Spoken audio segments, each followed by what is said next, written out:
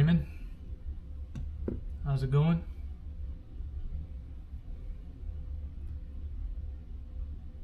I'm running a little bit late, so bear with me. Hi Ben. Hi Alaskan dude. Just bear with me a minute. I'm running a little bit behind.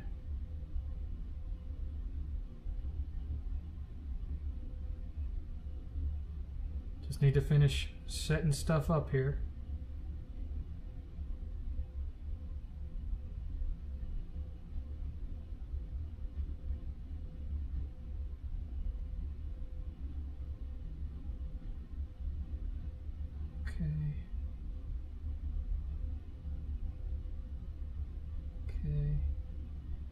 And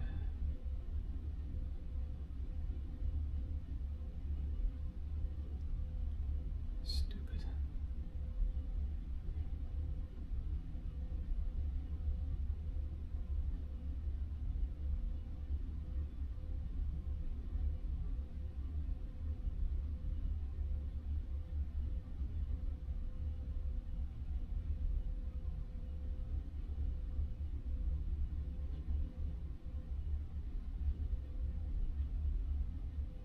There we go. All right.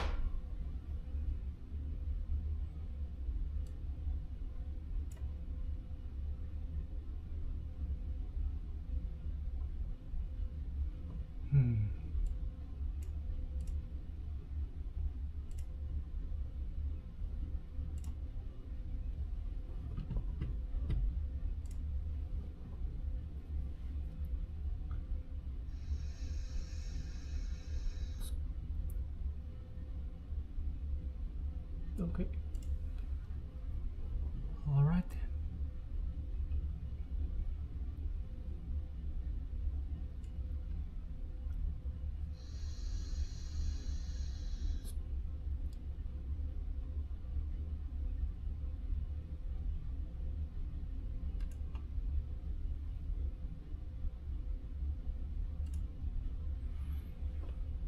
Hi AKL Max. Let's see, Alaskan dude, saw Obsession, best movie of the year so far. You back for real, 8/7th, you got 2 streams in a row. Well, you know, I was able to pull it off, what can I say? So, we're not going to have the 10 minutes of setup because we're running behind, so let me just do this real quick. So, it is roughly 6 o'clock. June 6th, 2026. So we got 6/6/26 at 6 p.m. That's interesting. And this is the 7th Cast. As always, I'm your venerable host, your friendly neighborhood 7th. 8th is up resting because he's had a long day. First, he had to take me to the diagnostic center to get my every 3 months blood work run. And then after that, we were going to go see He-Man, but it didn't start for a couple hours. So we drove over to Temple Mall thinking, well, we'll just go to FX Game Exchange and see what they got going on there because we checked the website, confirmed it was open. We walk all the way back there to where they are in the mall. Doors are closed and locked. Lights are on. Nobody's in there. We sat around, waited for 20 minutes, went to the store next door. They said, they should be open. No reason why they wouldn't be. I don't know what's going on there. And finally we gave up and left. And we just went to the theater and hung out until the movie started. And then the movie ended up being almost 2.5 hours long. So 8th is used to sleeping in on his weekend days. So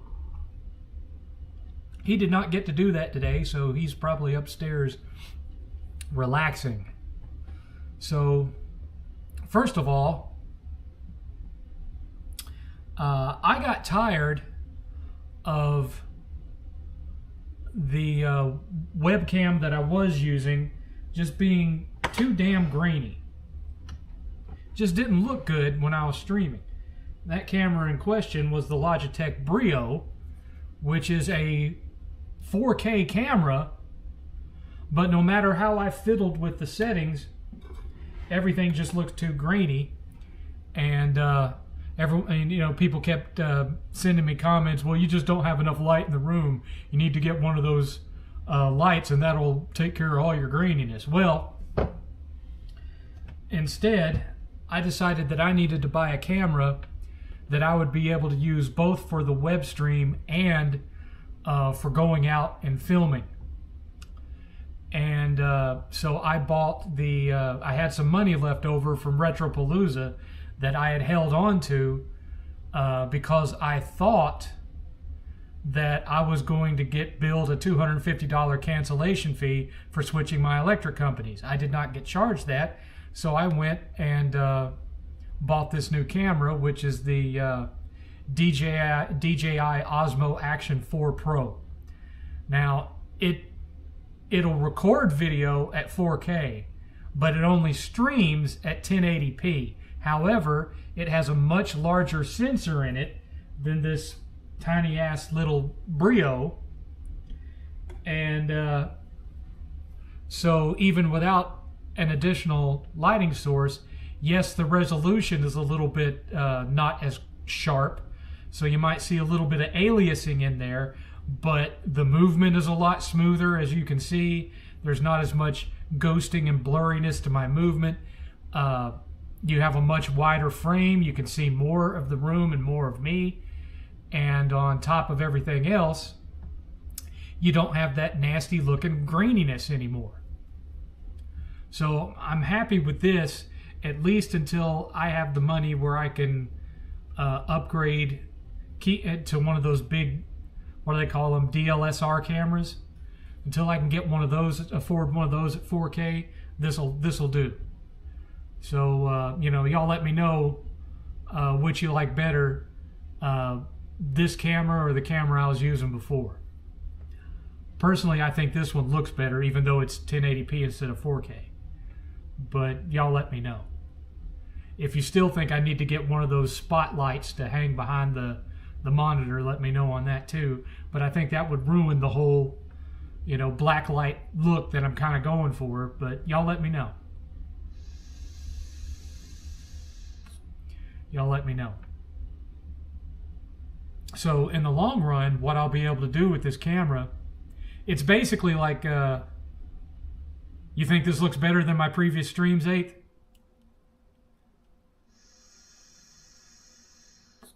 I mean, I don't know if it's coming across on YouTube, but like when I'm looking at it in OBS, I can see like some aliasing around my ear and on my face that wasn't there before. So, but I don't know if that's coming across on YouTube or if that's just because of the way OBS is displaying the image to me on the OBS screen. But, I mean, the smoothness of the video seems a lot better. But anyway, the other thing is that now that I have a camera like this, it's basically like a GoPro, but it'll allow us to start going out and hunting games again. Oh, you know what? I forgot. I don't even have 2 of my additional light sources turned on here. Completely forgot about that. There we go. Of course, now one of them is way more in camera than it used to be, which is my other black light right there. Maybe I should turn that one off. That one seems a little bit bright. There, that ought to be enough. That ought to be enough. But we haven't been filming, going hunting in a long time. So, you know, we will be able to eventually start doing that. I mean, I have to let my money kind of recuperate because, you know, I just went into debt on this new air conditioner, so I don't have as much fund money per month. So I'm going to have to wait until I pay off some more debts and make it to next year where I get my next pay increase, and then, but you know, we still want to try to do some of these videos before that. So I at least need to wait a couple of months to let my fund build back up before we go out looking for anything. And even then I won't be like spending big. But of course that type of video isn't so much about, you know, everything you buy, but just the fun that you have looking for the stuff. So, you know, smoother. If you set the stream quality on YouTube to 4K, it looks plenty sharp. Okay, cool. So the upscaling is working. Great. Glad to hear it. I should test that myself. Let's see. Let's see. We'll take a look here.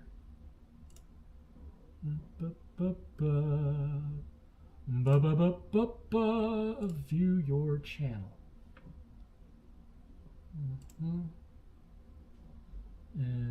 Settings. Quality to 4K. Oh yeah, that looks good. Yeah. Yeah, so the aliasing that I'm seeing is literally coming from just viewing it on this camera.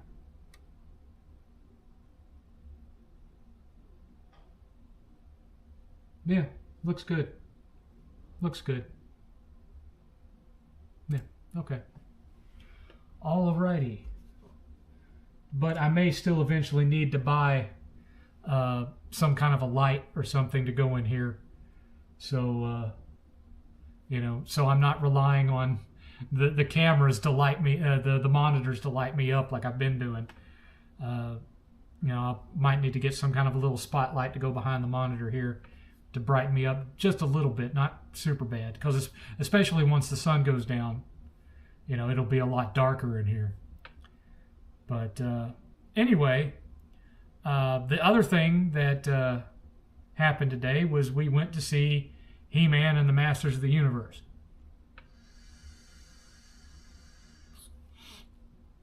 And 8th was not a fan, which I expected that. He had told me that he had no interest in seeing it, but I just like to take him with me when I can. I used to love going to movies by myself, but once he got to the age where he could go to movies with me, I wanted him there with me more often. I just, it's a dad thing. It's a dad thing. But we went to see it. It is a 2-hour and 20-minute episode of the show, more or less. It does have this 15 to 20-minute scene that takes place on Earth, but the rest of it is in Eternia. And when I say it's an episode of the show, I mean it has every bit of the corniness and cheesiness of the show, with the exception that He-Man actually hits people with his sword in this film. He actually kills a few bad guys in this film, which he never did in the show. But it's got the same general overall moral of the TV show. And what I can tell you about it is you can ignore all these clout chasers on the internet, especially on YouTube, that are saying it's the wokest thing ever and all that. It's not. It's simply the fact that these people have made a career out of crapping on movies and claiming that they're woke. And they've been right about that so many times that now they go looking for that with any movie that's based on an existing property, especially a property from the 80s. And it's simply not true here. If anything, it's a satire of the woke mentality. Because you know how when the trailers came out and everyone was going nuts over the fact that him was under his name card at his job, on his desk where his name was. He works as an HR manager on Earth. The movie starts out on Eternia, and you get to learn that Adam is like kind of the run of the litter. He's small for his age. He's kind of a weakling. His father is sending him to battle training with Man-at-Arms, but he easily gets his butt kicked. He's picked on, etc., etc. And then all hell breaks loose, and Skeletor attacks the Capitol. And in the course of that battle, Adam and his mother flee to Castle Grayskull, and the sorceress opens up a portal and sends Adam and the Sword of Power to Earth to protect him from Skeletor and to protect the sword. So he ends up growing up in Buffalo, New York. I think it was Buffalo, New York. I think that's where it was. And so the film flashes forward, and he's an adult, and he works as an HR manager. And it makes it plainly obvious that he hates his job. He doesn't like the people that he works with. He doesn't want to be on Earth. He's obsessed with going back home, and he has to find the sword to do that, but him and the sword got separated during the teleportation. So these years, he's been searching for that sword. And you get to meet his boss at this company he works for, and she's a total,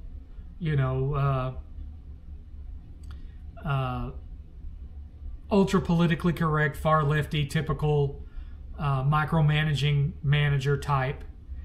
And so it kind of really makes fun of that whole mentality and the fact that he doesn't really care for it, even though he has been trained in how to use those same techniques. So when he finally does get back to Eternia, there's several instances in the film where he tries to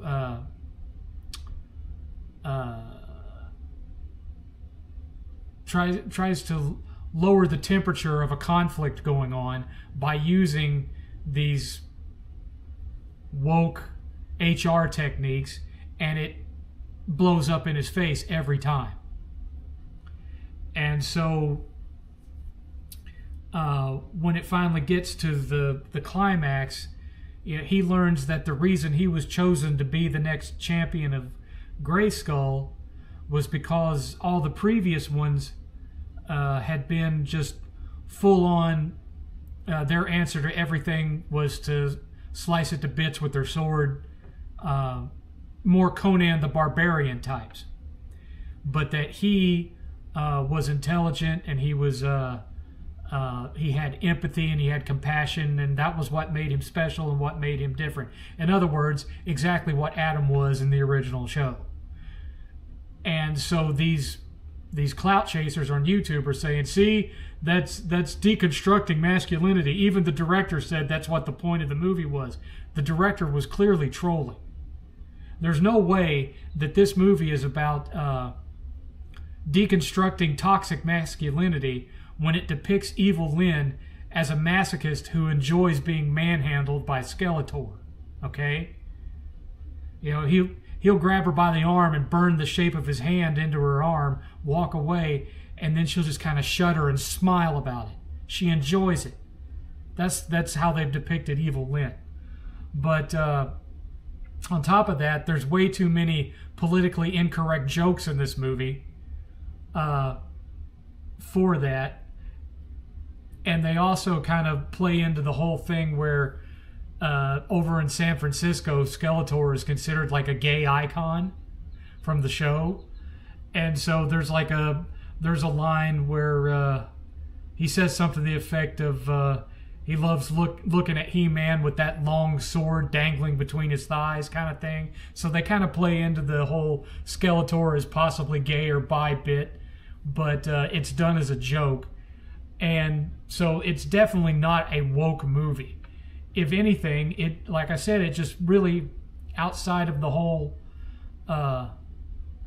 Earth scene, it's your typical hero's journey film, origin story film, where even when he first gets the power, he doesn't really know what he's doing with it until finally, when the truth of how the power works comes to him towards the end, and he realizes that for a real man, the true answer is a balance of both. That you have to be man enough to know when to talk through a problem, or when you have to resort to force for a problem. In other words, it's recognizing your power, your masculine power, but knowing when to use it and when not to use it. In other words, with great power comes great responsibility. Superman installing limiters in his head to prevent himself from using too much of his power. Superman always choosing force and violence as a last resort, and the moral, overarching moral of the original He-Man show. Because think about it.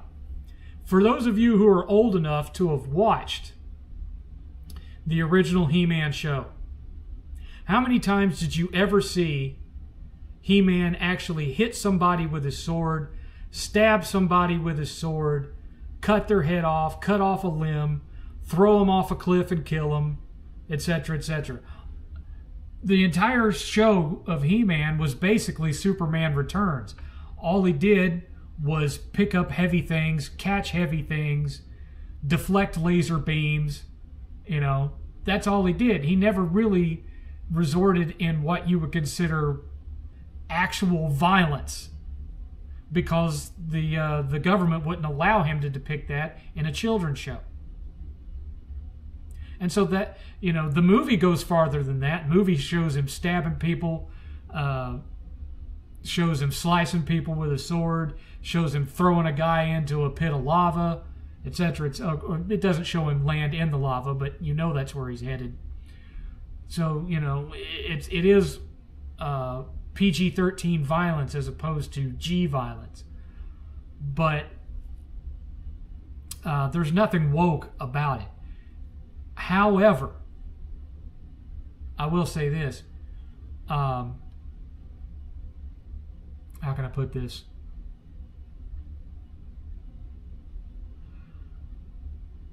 Whether this movie works for you is going to greatly depend on the generation you're from. If you're a Gen X person like me, you're in your mid-40s to early 50s, and especially if you watch the show, you're going to vibe with this because that's the type of sense of humor it has. With the exception of Skeletor, who's one of the funniest things in the movie, almost all the humor in this show is basically dad jokes and dad puns and references to the original show. It doesn't have... It tries to go for that Marvel vibe to some extent, because there's a lot of moments where you're having a very serious scene and then they just kill the seriousness with a gag straight out of the Marvel films.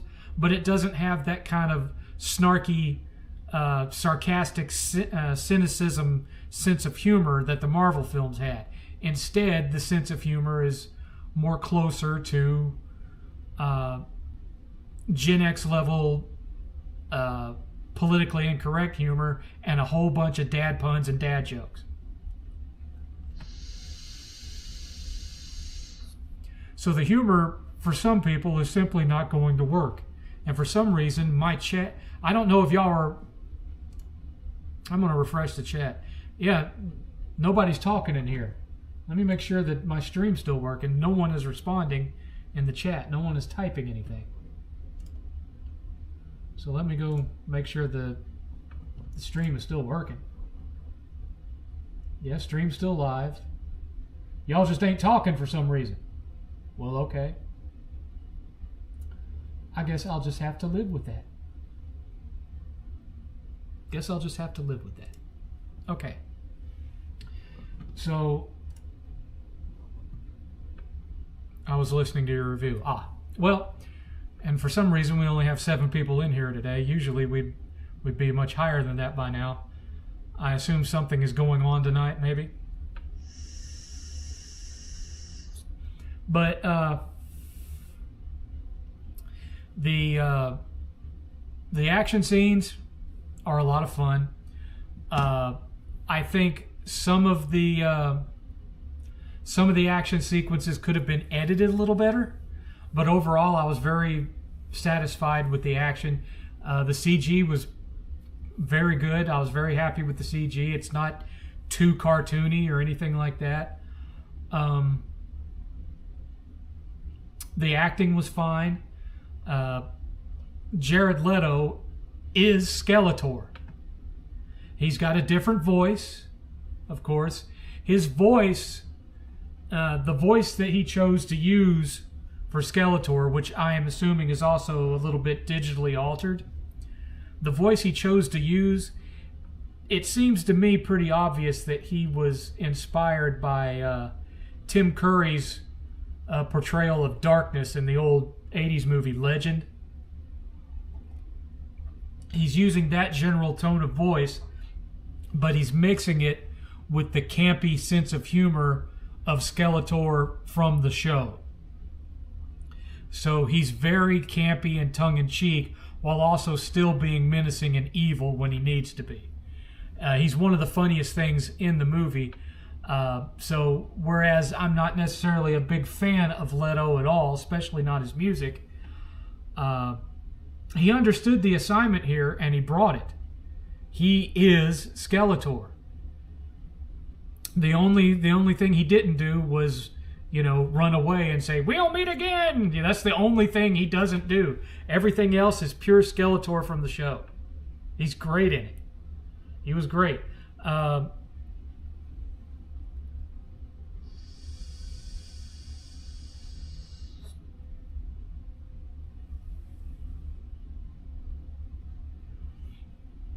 you have a point there, Eighth. That particular scene of where she said, you were selected because you're intelligent and you have compassion and you have empathy and all that. You could interpret that as being an attack on toxic masculinity if you wanted to. You can interpret it that way, but I don't. The way it was written and the way it was portrayed, I don't get that from it. To me, it's just hearkening back to kind of explaining, trying to make him more like He-Man was in the show, which was someone who only resorted to violence when he had no other option. And even then, again, you never see him actually use his sword as a weapon. If anything, I think the director was probably trolling, because most of the movie is complete opposite of what he said in that interview. So, I think he was taking the piss a little bit there. But there are some problems with it. In their attempt to make the movie as close to the kind of campy cheesiness of the show, there are some instances where I feel they went a little bit too far with it, to where a couple of the humor scenes, instead of feeling like a throwback or a reference or an homage to the show, it comes this close to feeling like they're making fun of the show instead. It only happens a couple of times. One of them is towards the end of the film. If you go to see it, you'll know the scene I'm talking about.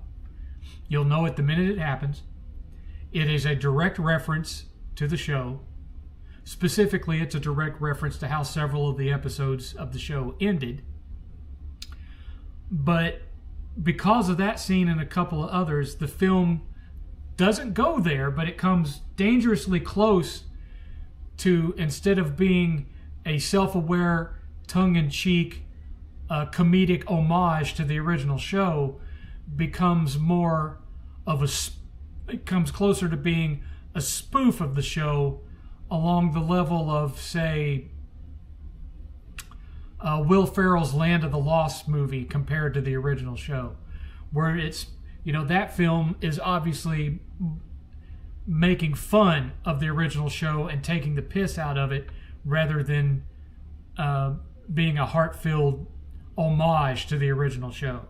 And this movie doesn't do that, but in a couple of instances, it comes close to them. And one of them is towards the end of the film. And just trust me when I say, when you get there, you'll know exactly which scene I'm talking about, because that particular reference feels like it took the member berries a little bit too far and a little bit too literal.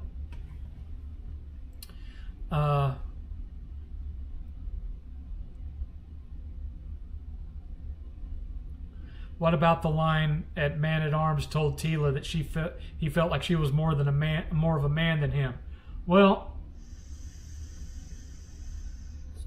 Man-at-Arms was a character that obviously at the beginning of the film was quite confident in himself and had never experienced failure, and so he didn't know how to deal with failure, and so he dealt with failure by crawling into the bottom of a bottle for 15 years.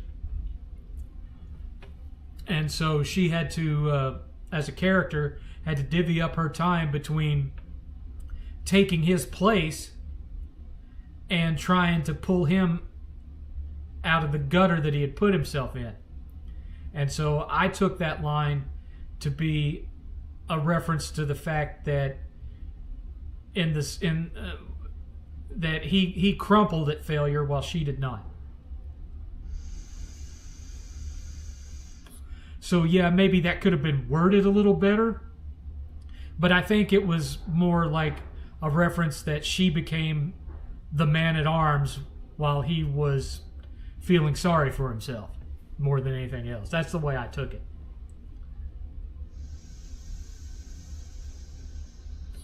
But every time Adam tries to use that HR crap that he learned, it blows up in his face. He tries to de-escalate a fight with Trapjaw using those methods, gets his butt kicked. He tries to use that stuff to rally the troops during one scene, and everyone's looking at him like he's a moron. And so he gives up on that and then just starts talking about how much he loves all these guys and he grew up admiring them and how they were heroes and all this stuff. And then they get behind him. But when he tried to use his stupid HR stuff, everyone just looked at him like he was an idiot. So, it makes fun of that culture through the whole thing. But even then, the idea of it is that you can't go to one extreme or the other. You can't always solve all your problems with violence, and you also can't solve all your problems by just sitting down and having a friendly chat.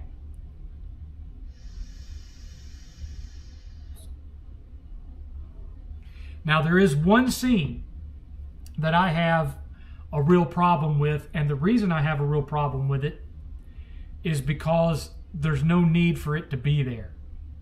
There's a scene towards the beginning of the film. Like I said, the prologue starts out on Eternia, and He-Man, or Adam, is narrating this scene. And after the scene ends, you find out that this whole time he's been on a blind date with some woman, and he's been telling her this whole story sitting at a restaurant.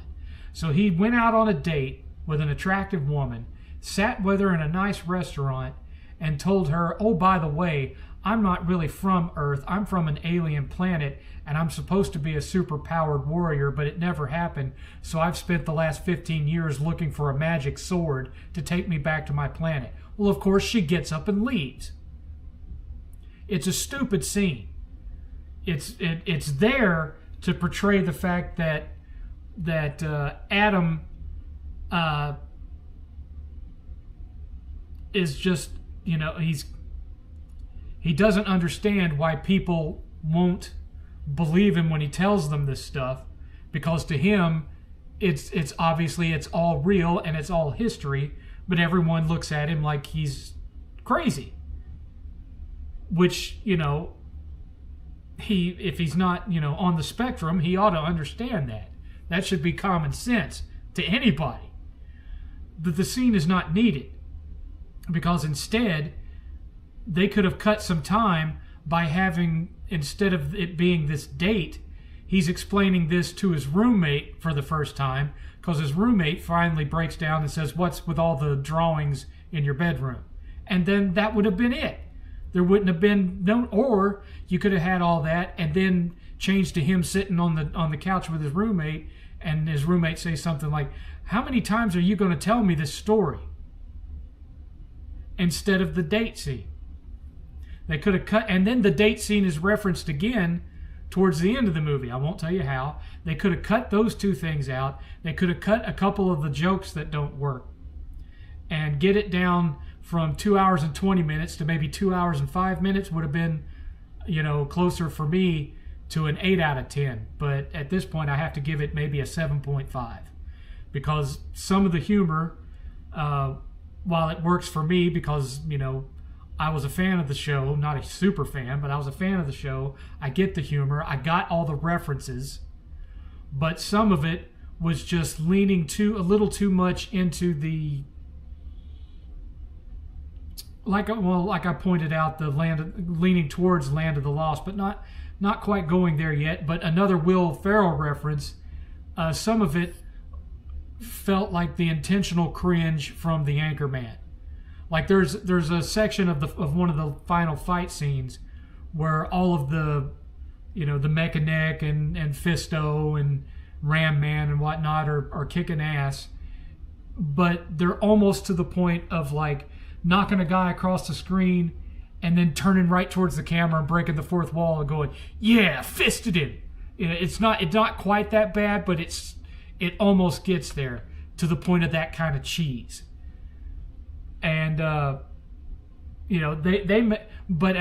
it feels like they were aiming for the kids or the grandkids of the kids that grew up watching the show, but at the same time there's like sexual innuendo in it for the kids that grew up watching the show and are now adults, like numerous jokes about Fisto and fisting, and at one point Fisto and Ram Man are fighting back to back, and Fisto says something like, "Did you see how I just fisted that guy?" And then he turns to Ram Man and he says, "Give him head." And Ram Man kind of turns to look at him and like, "What the hell are you telling me to do here?" And he's like, "Go attack him." So there's like sexual jokes in it, but yet some of it is aimed towards younglings. So there's some tonal shifts that don't necessarily work. So that's why I'm saying cut out the date scene, cut out the later reference to the date scene, trim some of the long, slower scenes, get them a little bit more concise, give Evil Lynn a little bit more to do because she's barely in it, give a little bit more of King Randor than you get because he's barely in it, and then cut out some of the jokes that don't really land, and then this would have been like an 8 to 8.5 out of 10 for me. But as it stands, it's somewhere between a 7 and a 7.5.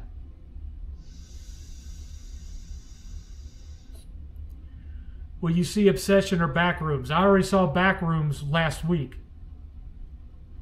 I went to see Backrooms last week, but you weren't here, Alaskan dude. You weren't here for the 7th cast last week. You didn't show up. Have you seen the movie Substance? No. I am not watching Toy Story 5, Garbage Born from 4, which wasn't needed. I'm not going to see it either. There's too many other good movies I want to see, and right now money is tight, so I got to pick and choose, and Toy Story 5 is not going to be one of them, especially after how bad Toy Story 4 was. Could I ask you a question? Do you have a go-to genre of game that you always gravitate to? For me, it's hack and slash and fighting games. I mostly am a big fan of RPGs and open world adventure games where I get to run around and explore and find stuff. That's my go-to. And Metroidvanias. I love Metroidvanias.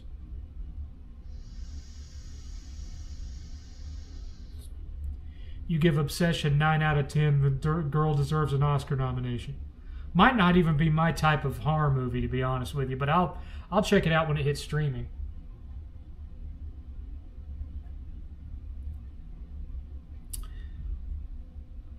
If you're not going to take the plot point anywhere, you could cut out the whole will they, won't they stuff between Adam and Tila. Well, I mean, that was just one, 30-second scene. They had one scene where, "Oh, I really missed you. Oh, I really missed you too." And they make it obvious that Tila is into grown-up Adam. And Adam starts to lean in, and she's like, as a friend, I really missed having you as a friend. And you can tell that she's just cutting it off, but not because she's not into him, but maybe just kind of afraid to go that direction just yet, and so it stops and it's never really referenced again. But so I guess you could cut that out and you wouldn't lose anything, but at the same time you'd only be cutting out 20 or 30 seconds.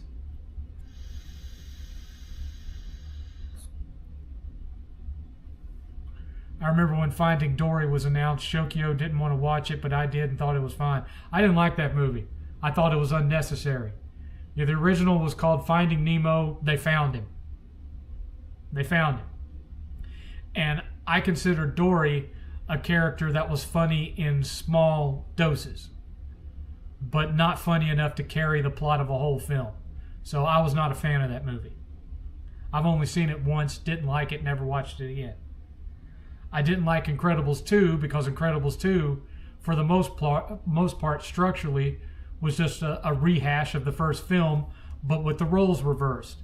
Instead, the father is sitting home taking care of things while the mother gets hired to go on these top secret missions without the husband knowing about it. So it's just the same plot, but they reversed it. So I wasn't a fan of Incredibles 2 either. Did you like the gameplay for Wolverine? Yeah, because a lot of the moves that they showed were the same moves that were used in X-Men Origins Wolverine, which I loved that game. So yeah, I was happy with the combat. I mean, it's obvious that it's going to be structured closer to like Uncharted 1 through 3. That, it's going to have levels and not be like a big open world action adventure. So it's going to be more like an action movie that you play, like Uncharted 1, 2, and 3. But I don't have a problem with that. I loved Uncharted 1, 2, and 3. It's 4 I couldn't stand. It's 4 I didn't like.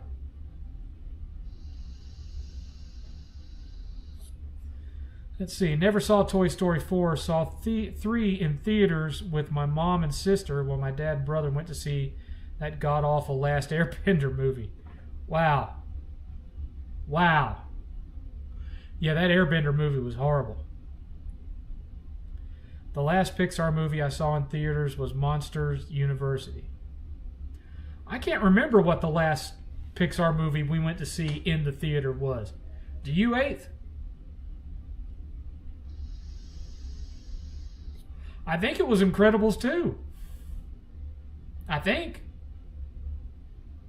Because both me and 8th really like Coco, but I don't think we went to see Coco in the theater.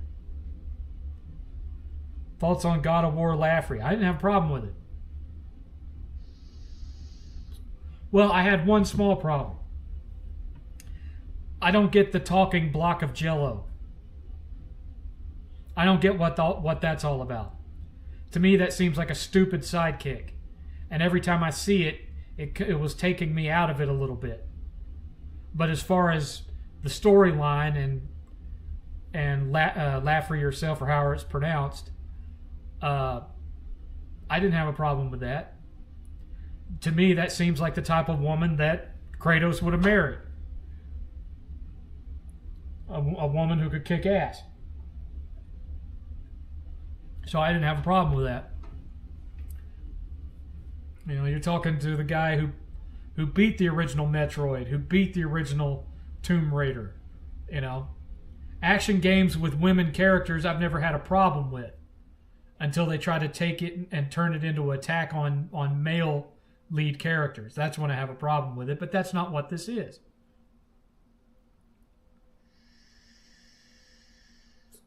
So, the gameplay looked fine to me. The story looked interesting. They had some Mongolian designs mixed in with some Egyptian stuff, which was kind of cool. But, again, the only thing I had a problem with was that cube. We did see Toy Story 4 in the theater. And you saw Lightyear in the theater. Okay. I couldn't remember if we went to see Toy Story 4 or not. I just remembered hating it. I'm still disappointed in the ending of The Boys. Why? Why were you disappointed? New camera looks great, very clear. Okay, good. Good. That's what I was hoping. I'm sure it'll look better with some better lighting, but at the same time, I don't want the lighting so bright that it makes me look pasty white or some, Makes me look like one of the aliens from Cocoon. I don't want that. I don't want that. But I'm glad everyone's happier with this image than what the Brio was giving me. I was just a baby when Toy Story 1 came out, so the first one I saw in theaters was A Bug's Life. I saw A Bug's Life at the theater. You know, I didn't really like A Bug's Life that much. I just wasn't a big fan of the sense of humor to it. And maybe that's why, you know, that's one series where they never made a sequel. I just didn't like that one. Was not as much of a fan.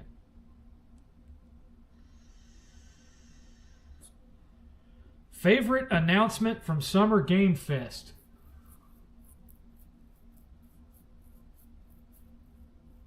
To be honest with you, I can't really remember all of them. I remember Alien Isolation 2 and the remake of Code Veronica, and that's pretty much all I remember. Let's see here. Summer Game Fest 2026, all announcements.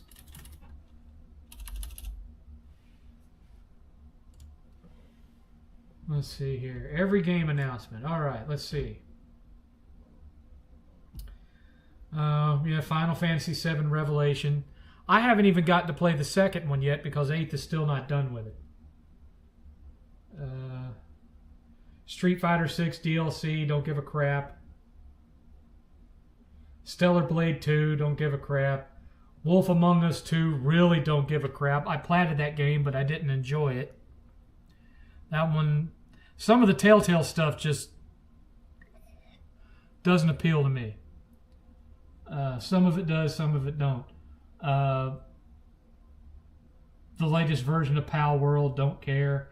Attack on Titan 3, that's more 8's thing than mine.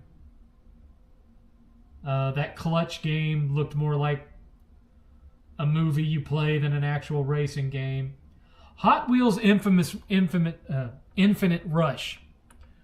That one looked interesting to me because some of the gameplay, and 8th pointed this out early in the trailer, looks an awful lot like Burnout Paradise. And as y'all know, my favorite racing game of all time is Burnout Paradise. So I'm excited to try that one out. The newest expansion for Monster Hunter Wilds, don't care, but 8th is really looking forward to that. Among Us story, don't care about that. Blood of Dawnwalker looks interesting to me because it's a vampire RPG that's done by former members of CD Projekt Red, the guys that did The Witcher 3. So it's basically going to be The Witcher 3, but you're a vampire. I'm interested in that. Star Wars Zero Company. That's an XCOM style game. That's more 8's thing than mine. 8th was also interested in Stellar Blade 2, which I haven't even played the first one. Lords of the Fallen 2, that's definitely more of an 8th thing. Saw Genesis, a multiplayer horror game, no thank you. 1666 Amsterdam, that's a PC exclusive game to start anyway. Didn't really look like my kind of thing. Expansion of Mafia the Old Country, well, y'all know how I felt about that game. RuneScape coming to console, don't care. Guild Wars 3, I don't play MMOs. Crossfire looked kind of interesting. It's made by former Naughty Dog developers, we'll see. Gundam Rogue Orbit, that's more of an 8th thing than me. Teenage Mutant Ninja Turtles The Last Ronin, made by Platinum Games. I'm torn on that one. On one side of it, I'm really intrigued. On the other side, I personally think the first Ninja Turtles game they made sucked.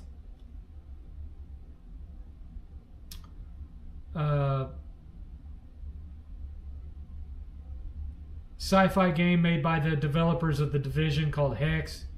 Honestly, I don't even remember seeing that trailer.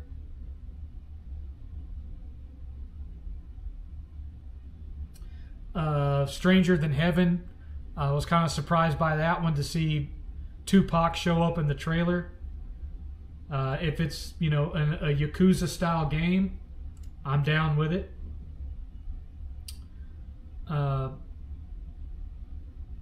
Blood Message is like the newest game from the guys, I think, that made Black Myth Wukong, but instead of being a Souls-like, it looks like it's going to be a Ghost of Tsushima-like.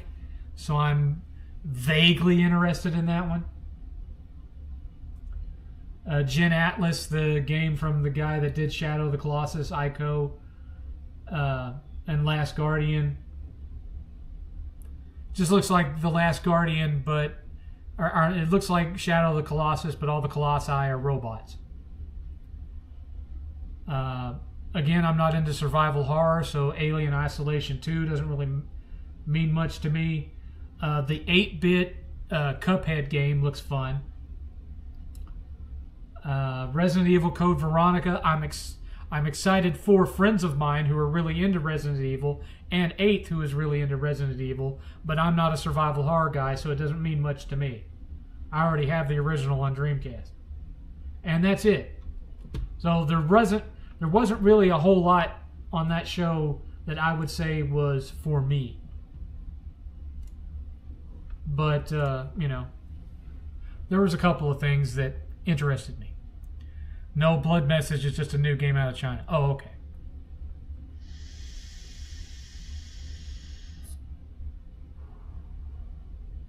I forgot about that Attack on Titan game. When 8th first watched that trailer, he thought it was the first 2 games just remastered into one game. And then at the end it says it's the 3rd game. So he was kind of surprised there. I platted both Attack on Titan games on PS4. I hope this one brings back the original character. If you have a choice to have a game right now between Ratchet & Clank, Sly Cooper, or Jak and Daxter, which would you choose? Out of those 3, Ratchet & Clank are my favorite series, but it's been so long since we've had a good Sly Cooper or a Jak and Daxter, I'd honestly prefer to have one of those. I wonder if they'll AI generate Tupac's voice. Probably.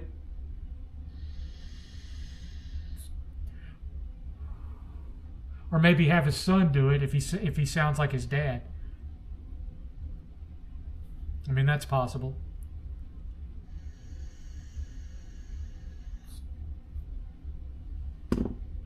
To be honest with you, I haven't been doing much gaming lately. I've been dabbling a little bit, playing a little bit of this, a little bit of that. I played maybe an hour of the new James Bond game. I watched 8th beat the new Lego game, but I haven't actually played it myself yet. Spent an hour or 2 with a few indies, but for the most part, I've just been too tired to game. And I've got a week of vacation coming up in like 3 weeks. Starts on like the 28th of this month and stretches to the weekend of the 4th of July. So I'll have like 9 days off straight. Part of that time I am going to have to devote to taking a class online for my job. But the rest of the time I intend to split between playing games, working on my book a little bit, and making some videos. Retro Code TV up there, who commented on the camera, that's Josh, who I got to meet and hang out with at Retropalooza. And he's actually helping me flesh out a video concept that I've been wanting to do for a long time. So I'm hoping that I'll be able to do one of those and test the camera out, do some live action videos to see how the quality of that is. Which, judging by how the stream looks, the stream is in 1080p, upscaled to 4K by YouTube. However, it records in 4K. So I'm looking forward to testing the camera out. May have an opportunity in a few days. We'll see. We will see.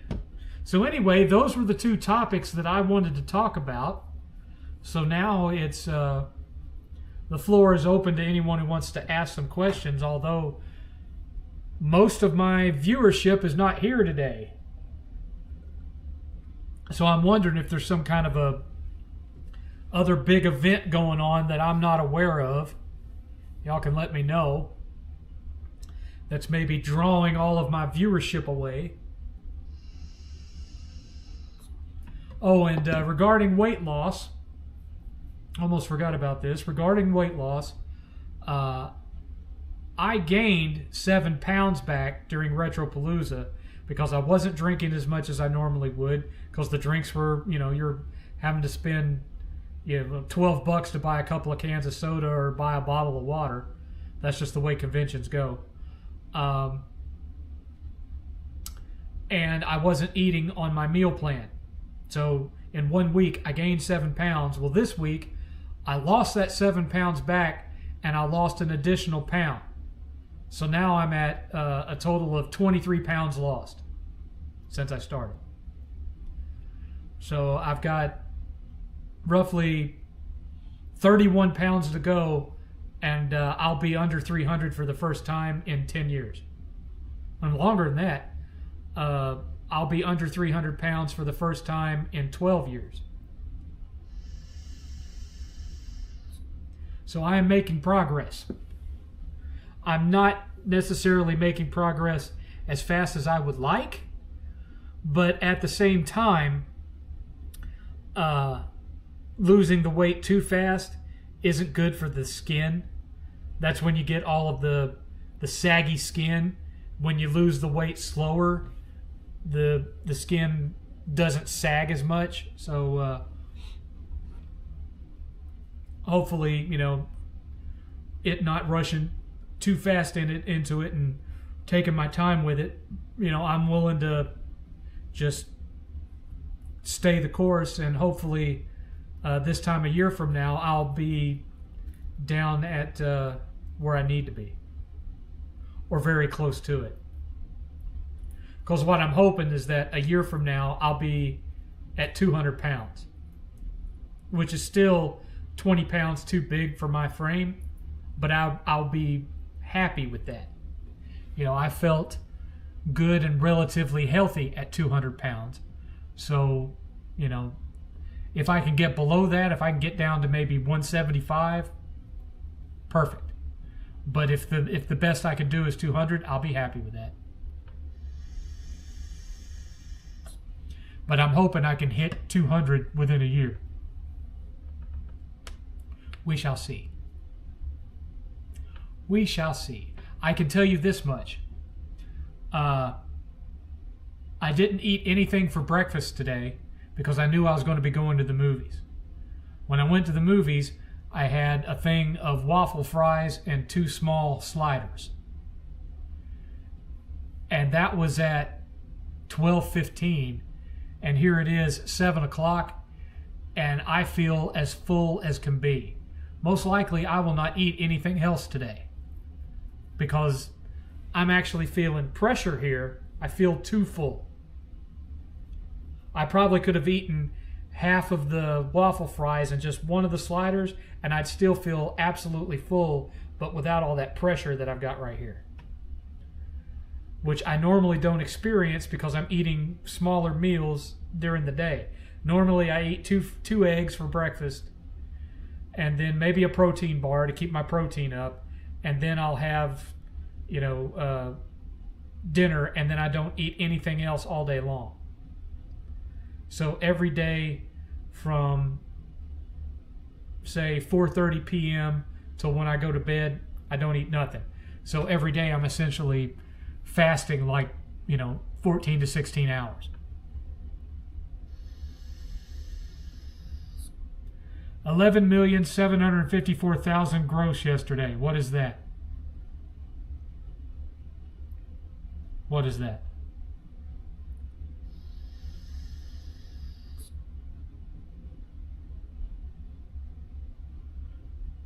Are you saying that He-Man only made $11 million on Friday? Is that what you're saying?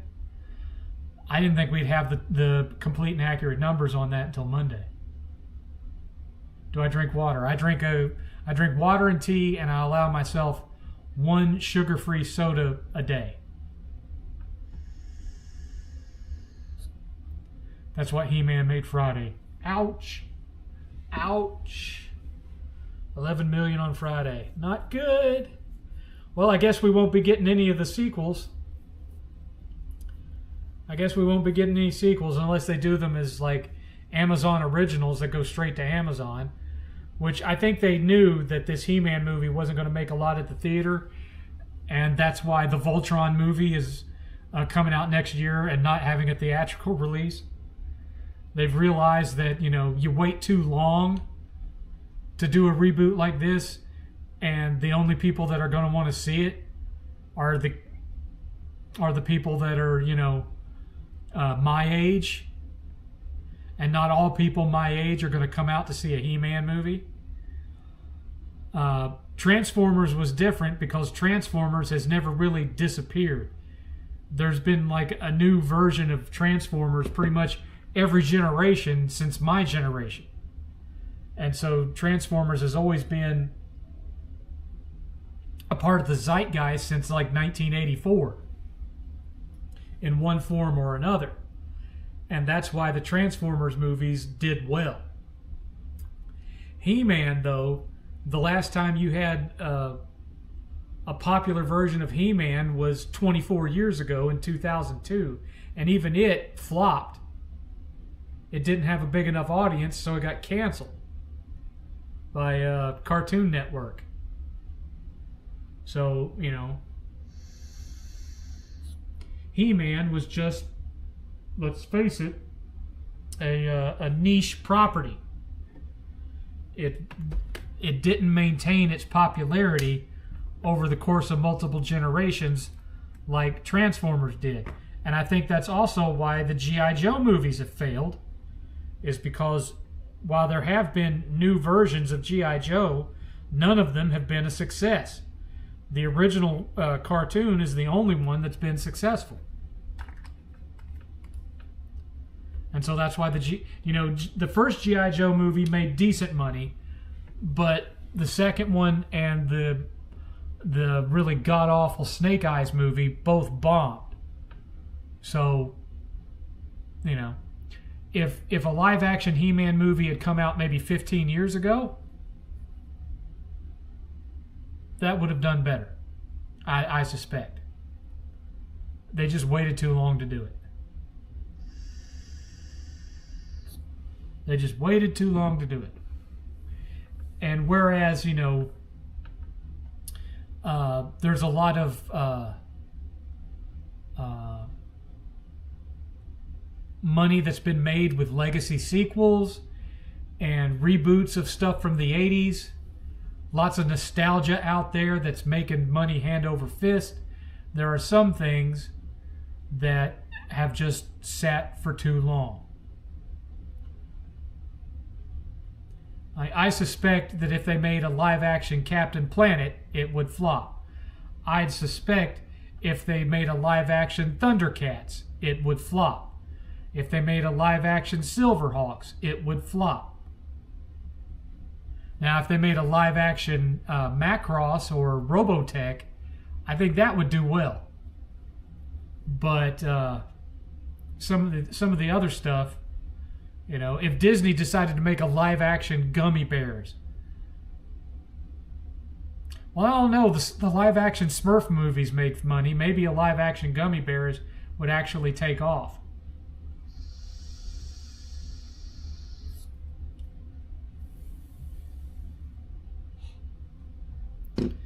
Tron is an example. Yes, Tron has a definite audience, but not enough for it to be a successful franchise in theaters. If we're going to get anything past Tron Ares, it probably needs to happen as direct to Disney Plus, because it's not going to make its money back at the theater. Not at this point. They waited too long after Tron Legacy, and it didn't have enough. It wasn't a direct sequel to Tron Legacy, which also hurt it. I'm happy for horror films this decade. Obsession and Backrooms were both solid. I'm looking forward to more from the indie scene. I haven't seen Obsession. I saw Backrooms. I enjoyed Backrooms, but it's not necessarily my style of horror, but I enjoyed it for what it was. Sometimes I like that kind of surrealist stuff. Most often when it comes to horror, I prefer dark supernatural stuff like Insidious or the Conjuring movies, Poltergeist, that kind of thing. You know, I like the dark supernatural stuff. Exorcist 3, that's more my style. And when I was a kid, I was a fan of slasher stuff, but my favorite was Nightmare on Elm Street because it was supernatural.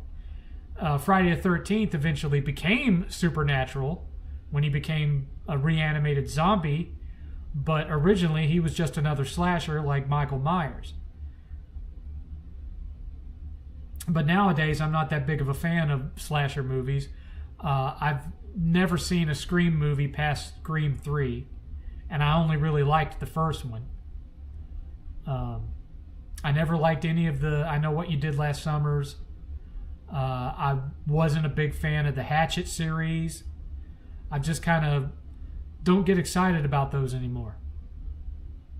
And I certainly wasn't a huge fan of the reboot of Nightmare on Elm Street because I just didn't think that Jackie Earl Haley or whatever his name is, I didn't think he was a right fit for it. He didn't have that dark, campy sense of humor. And you could say, well, Freddy wasn't like that in the first film. He was, but it was more subtle. He became too much of a joke after we're really starting with 3, but getting really bad in 4, 5, and 6. Yes, Evil Dead. And of course, Evil Dead 2 and Army of Darkness are more horror comedies, but still, I love those, and I love all the remakes. That's another movie this summer that I'm looking forward to seeing is Evil Dead Burn. Really looking forward to Evil Dead Burn. So next on my docket is probably Supergirl, which looks like it's also going to flop.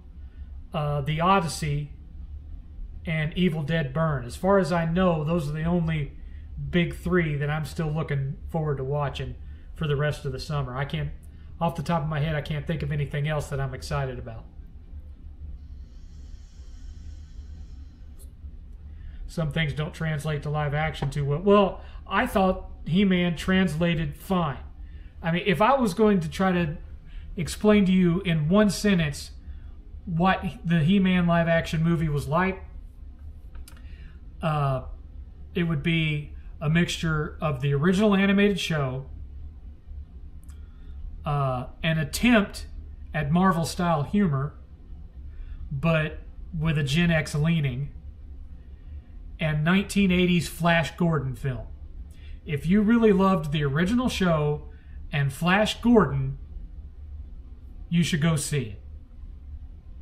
If you hated Flash Gordon, you should probably wait for it to hit Amazon Prime, which, based on these box office numbers, will be in about 30 days.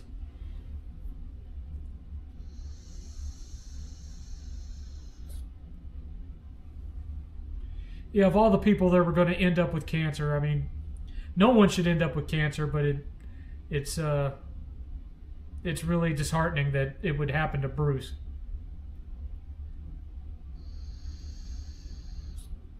What did he ever do to deserve that?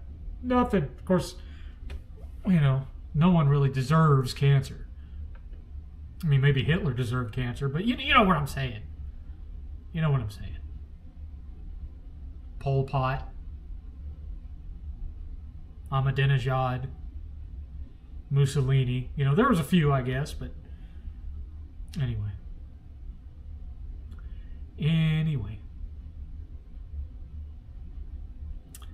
Man, where is my audience today? This is depressing.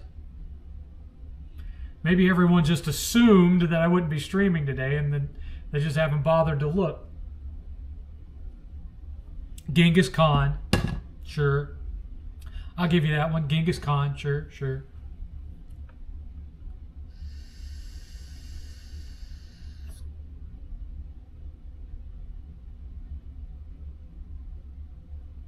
Maybe everyone's at the theater watching He-Man tonight. I seriously doubt that. I seriously doubt that. I actually wish it would make its budget back just so 8th would have to go see another one at the theater with me.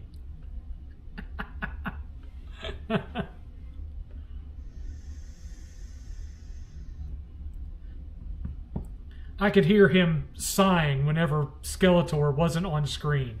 That's the only part of the movie he liked. He liked Skeletor, and then most everything else got on his nerves. I really liked Man-at-Arms. Now, I know there's going to be some people that are like, oh, well, him becoming a drunk after he failed is just like Luke Skywalker becoming a hermit after he failed. They're just trying to, destroy this character. I didn't really get that vibe from it. And he has a really cool character arc where he kind of rediscovers himself and ends up getting his redemption arc against the guy that defeated him. I'm not going to spoil it, but that's one of the most satisfying scenes of the movie is when Man-at-Arms finally gets his hands on that guy again and just beats his ass. Just violently kills him on screen. Violent death. If I told you how he kills this guy, it would spoil who he's fighting against. So I'm not going to tell you how he kills him. I'll just say he uses one of his greatest strengths against him. In a very visceral way.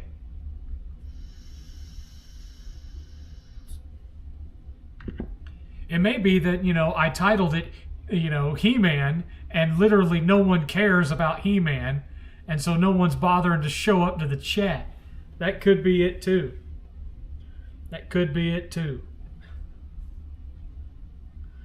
But as far as the new camera and being able to go game hunting again and whatnot, until I have the money to buy a DSLR, so I'm not having to swap this camera with what I do the live stream with, which is going to be a long, long time, guys. I don't suspect that I'll be needing any further equipment. So from then on out, any donations that go towards the channel are just going to go into a game hunting fund that we're going to use to not weekly. I'm not trying to be the game chasers here, but on, maybe once a month going out and doing a game hunting video. Because we could do here in our town, and you can see just how piss poor game hunting is in this town. We could go up to Waco, we could go down to Austin, film the next Retropalooza, that kind of thing. Maybe do it 12 times a year.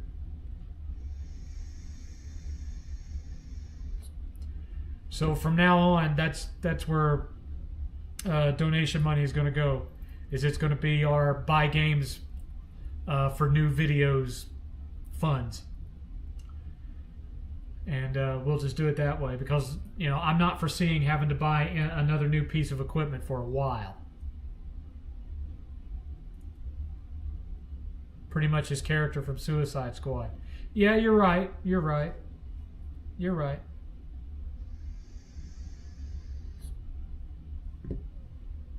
His portrayal of Man-at-Arms is pretty similar to his character from the Suicide Squad. You're not wrong about that one. So we're now... I forgot to do this.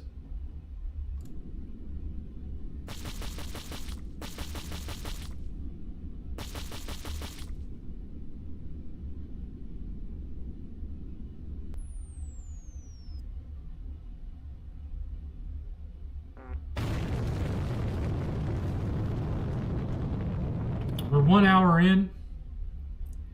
We have 2 hours to go. There have been 0 donations, which is not shocking at all since there's only 7 people watching. Good God. This is the lowest watch stream I've had in a long time. Long time.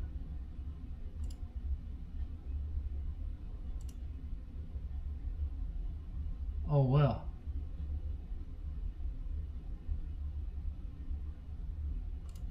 It is what it is, I suppose.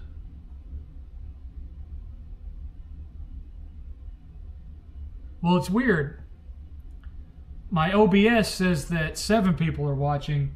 YouTube tells me that 12 people are watching. I don't know which to trust. I don't know which to trust. Oh well. The new Virtua Fighter game looks like a spiritual successor to Shenmue, and I'm all for it.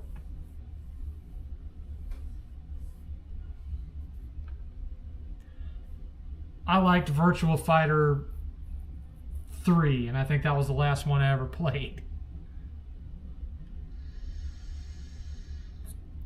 I'm looking forward to Scary Movie 6 tomorrow. Haven't seen it. Yeah, I heard that that Scary Movie 6 kicked Masters of the Universe's ass Friday at the box office. But I've also had several friends say that it wasn't any good, that it wasn't near as funny as the first two, that the humor wasn't near as off color as they expected it to be, that the movie plays it safe. It doesn't have the edge that the first two had. I don't know. I'm not going to see it at the theater. I'll wait for it to hit streaming.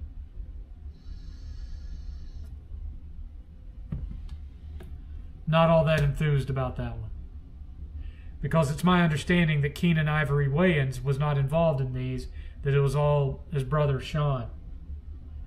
Sean and the other one.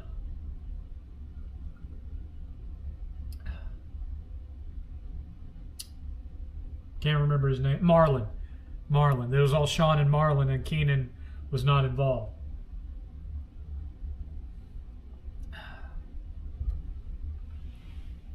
Oh. Listen to that. Good Lord. 2 sliders and some waffle fries, and I'm 7 hours later. Goodness gracious. That's crazy. That is crazy. So what's everybody else been playing this week? Anything good? Y'all been playing some good games? Mostly this week, like I said, I've spent some time with a couple of indies. And honestly, the rest of the time I've just been like turning on Game Chaser reruns until I get drowsy and then I go to sleep. That's been pretty much it. And what I've learned from watching all those reruns is that because of Billy, I own quite a few games that he picked up during various episodes of the Game Chasers. The most recent one I've noticed was last night when he picked up a copy of Scat for NES. It's now sitting on my shelf. It's one of the ones that I bought from him at Retropalooza when he was raising money for his movie. But I've got a ton of games that were from him that I either bought off of him or he gifted me that are in episodes.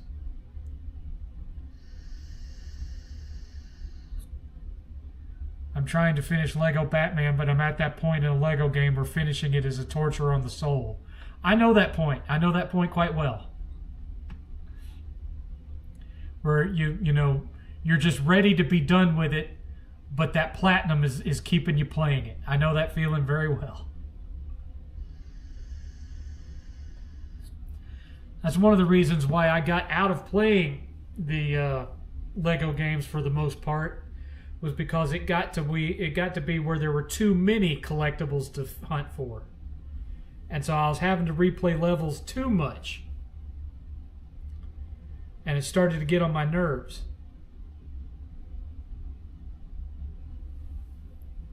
And it would just become way too time consuming and way too tedious.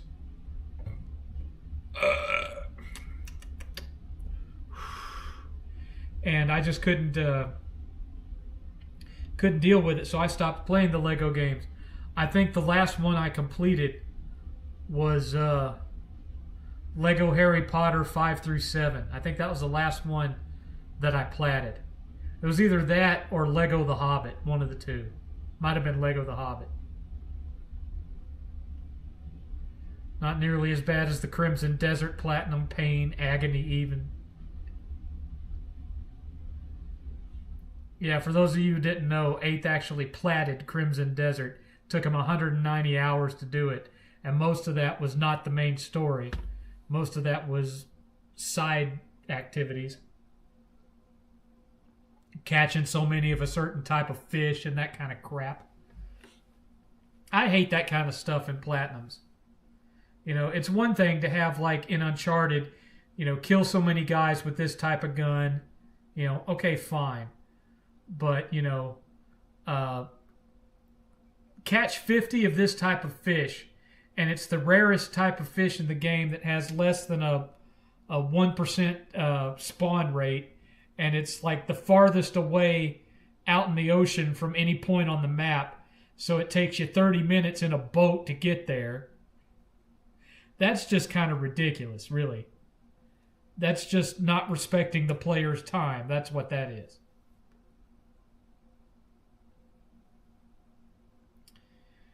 Better intergalactic games, Starfield, No Man's Sky, or Guardians of the Galaxy?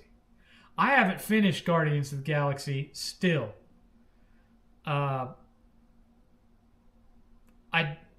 haven't played No Man's Sky since it first launched. So I haven't experienced what it is now as opposed to what it was when it first came out. So the only one that I've played, you know, I got the plat on it as it was back then, when it first came out. But the only one there where I've completed the core of what the game currently is Starfield. And I mean, you know, Starfield isn't a bad game, but it's not a great game either. It's literally just Fallout in space without near as much sense of humor to it. It's not nearly as funny as the Fallout series. It takes itself a wee bit too seriously, which is not to say there isn't funny stuff in it, just not on the level of Fallout or even Skyrim.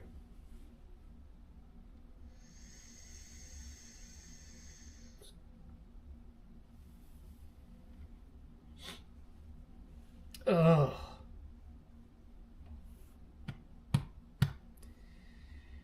Yeah, I don't think I'm going to order those anymore. Oh, man.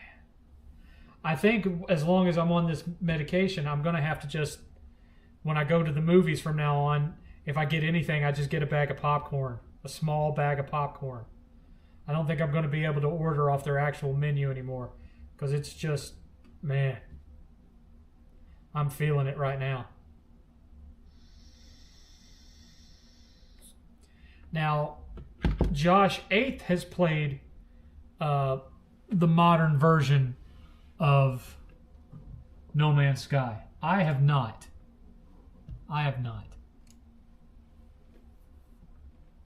But 8th has.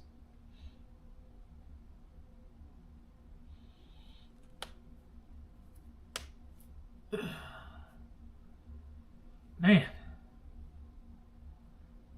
Now, on top of everything else, like I said at the beginning, before we went to the movie, I had to go and get more blood work drawn. I have to have my blood tested every 90 days, every 3 months. And usually the nurses there will stick me right here because the veins in my forearm don't work all that great. And I don't even feel it. But this time I got stuck over here between these two knuckles, and man, I felt that one. That hurt. That did not feel good. Didn't enjoy that very much at all. But at least they didn't make me take a pee test this time around.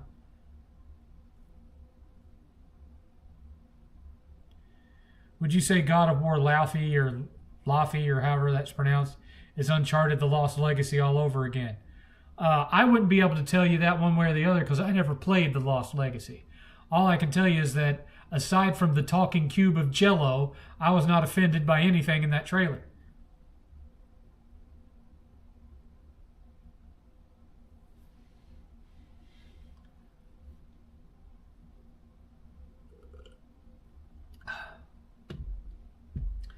Oh no, Kratos married a Viking woman who knows how to fight, and now you get to play as that Viking woman who knows how to fight.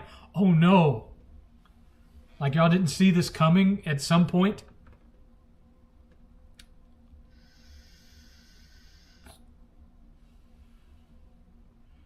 I mean, look, either you can handle playing as a female or you can't. I don't have a problem with it. Like I said earlier, from Metroid to Tomb Raider to Miss Pac-Man to, I've played games that had female leads since I was old enough to really appreciate video games. Doesn't really affect me one way or the other. It's when you have a game with a female lead and the whole point of it is to try to make games with male leads look bad. That's when I have a problem with it. Or when they take a series and reboot it with a female character. And that's not what this is. It's a side story. It's a side game. It's not replacing God of War 4 or anything like that.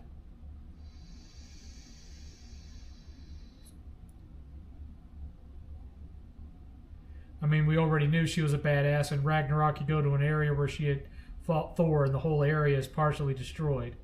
Yeah, exactly.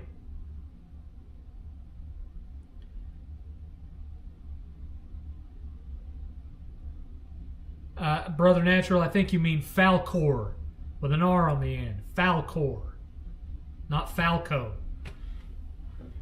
Falco is the guy that sang the safety dance. We can dance if we want to, we can leave your friends behind. That's Falco. You're thinking Falcor. Well, she is a giant. Yes. I know they don't literally have to be giants, but still, yes.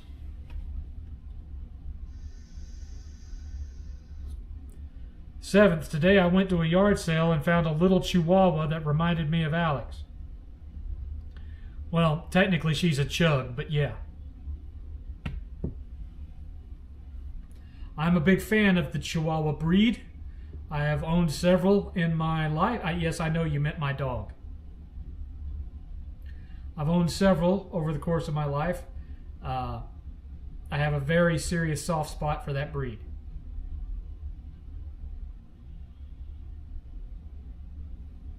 Got the heart of a German Shepherd in a body this big. They're fun. They are fun. The current one we have is not necessarily as smart as the previous ones we have had. That's probably the pug in her. But otherwise, she's a fun little dog. Very loving little thing. Always wants to be laying on my chest with her face pressed against my face like this. That's her favorite place to be, just...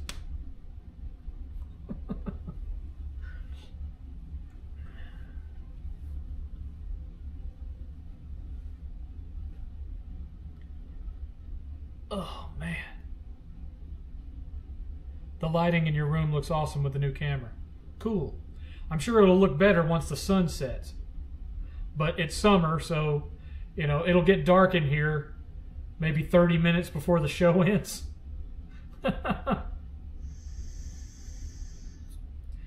Ideally, I'd like to have another lamp like this one here, but over here on the other side of the other recliner, so I could get more black light in here, because currently the black light in here kind of stops right at the arcade cabinet, and that's as far as it goes. I'd like to have more of it in here, but I don't have the money to do that. I don't have the cash. I mean, those lamps aren't that expensive. It was about, $60. But that's the price of a game. That's the price of a game. My Dotson will be 15 at the end of July. He's not long for this world, sadly. My first one made it to 17. Yeah, little male dogs tend to live to be at most around 16. So you've actually gotten, you're getting close. The one that lived to 17, you got a bonus year. The females, however, live longer. I had one that was half Chihuahua, half Feist, and she lived to be 23.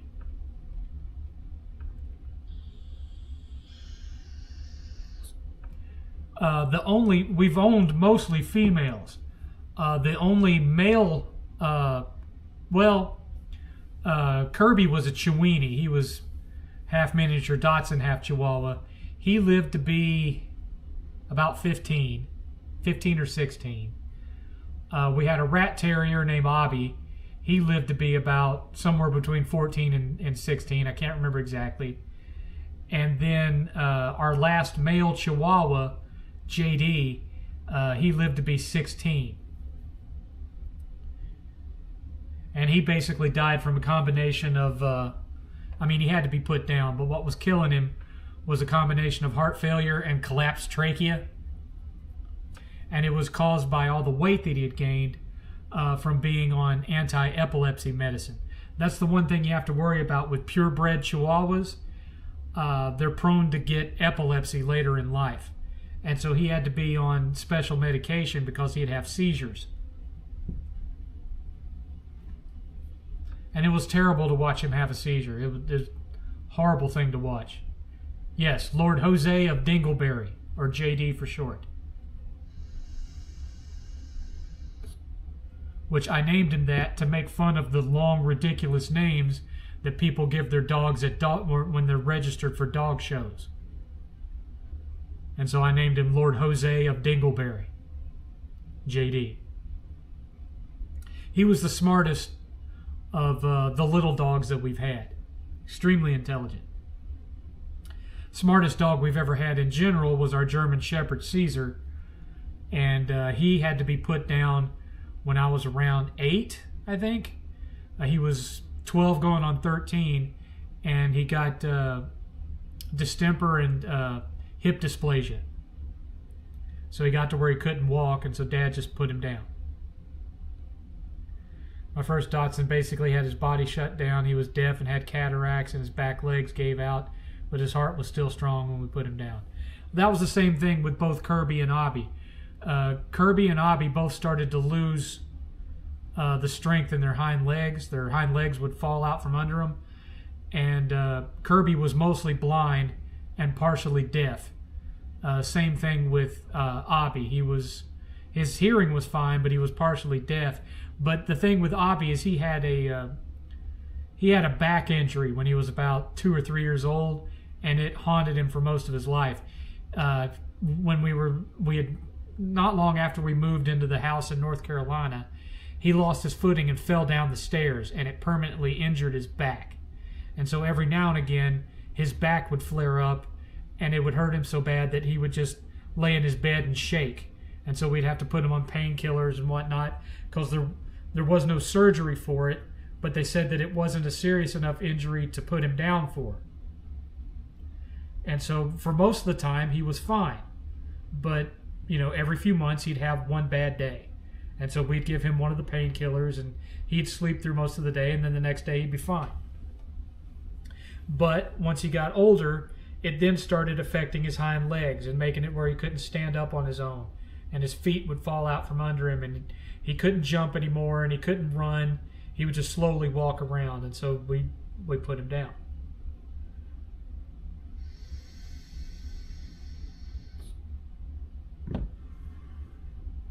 Boy, that really turned into a depressing topic. Can we talk about something else now instead of all the dogs that have died on us? Let's talk about something else.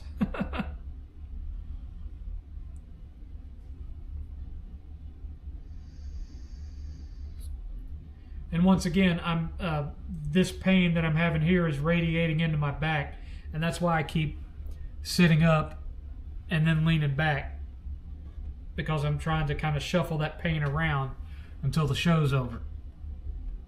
This is why I can no longer do the 6-hour streams, you see. It's because of this right here. So, exactly, 8th. So, Final Fantasy VII looks cool. Yeah, well, you know, maybe I'll get to that next year if I manage to get to play the second one. I already gave a really long explanation of my feelings about the He-Man movie, man. It pays to show up on time, son. You can watch the replay. I'm not going over it again. No offense. Monty had the black and tan pattern, coat of a rot, ears and tail of a German Shepherd, and face of pit of a rot. Well, like I said, Abby was a rat terrier, and he had that same coloration, but he was what was called a tux. He was black, tan, with a white belly, and he had a little bit of white on the back of his head.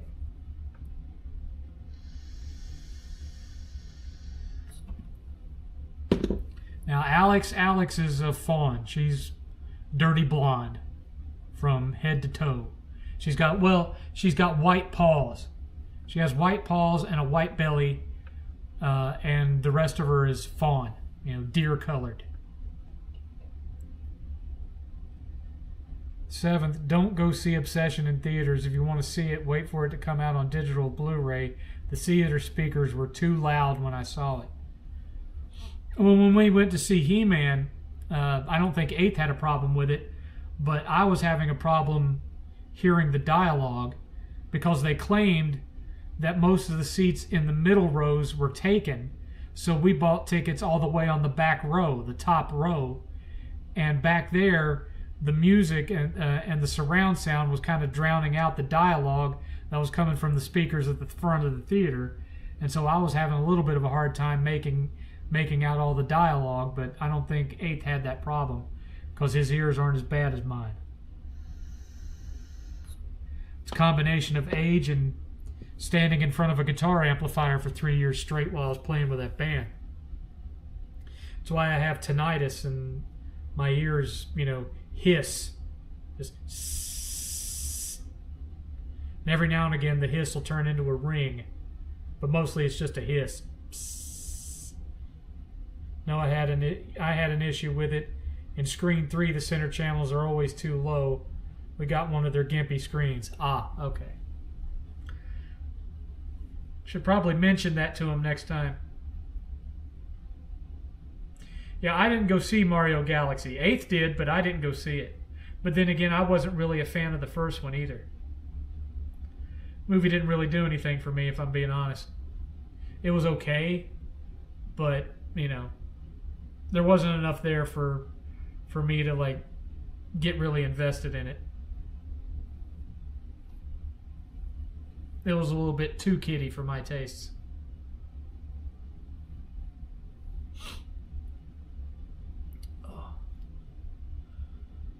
Oh, what the hell? My sinus is going right up through here, just lit on fire, just burn. Like I just sucked some chlorinated water up my nose.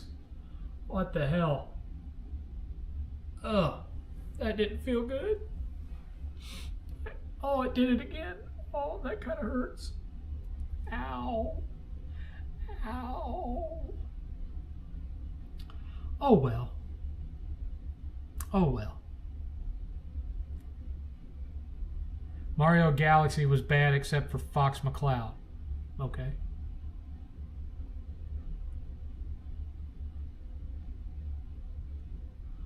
Oh, my neck. Chlorine up the nose is not fun. No, never is. Never is.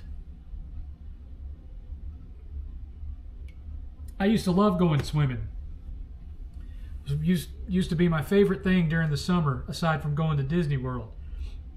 But I haven't been swimming since we went on vacation to Myrtle Beach, which I think was 2014, 2016. somewhere around 2014, somewhere around in there. I haven't been swimming in years. I'm surprised Hogwarts Legacy 2 hasn't been announced yet. I don't know. Maybe I know it's coming, but maybe it's just taking a while to get that developed. Disney World.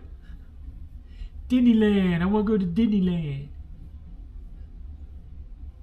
I've never been to Disneyland. I've only ever been to Disney World, which is about 1,000 times bigger than Disneyland. So, great big old massive thing in the middle of Florida. 47 square miles of the mouse. I adored it as a kid and I adored it as an adult, but I don't like the direction that they've taken with it. I'm not a fan of modern Disney World. They nickel and dime people way too much, and I got better things that I can spend my money on. Like Nintendo games. Never been to a Disney park. Hershey Park is pretty cool. Never been to Hershey Park. I want to visit Japan Disney. Well, it's called Disney Sea. It's called Disney Sea. There's Tokyo Disneyland, and then there's Disney Sea. And Disney Sea is it's basically a I wouldn't say that it's a park that's just about the ocean. It's more like a park that's heavily themed after Jules Verne and stuff. But it's a cool park. I haven't been to it. I'd like to. But, I've been to all the Disney parks. I've been to Universal Studios, but not Islands of Adventure. And I've never been to the new one, the Universal Universe or whatever the hell it's called. I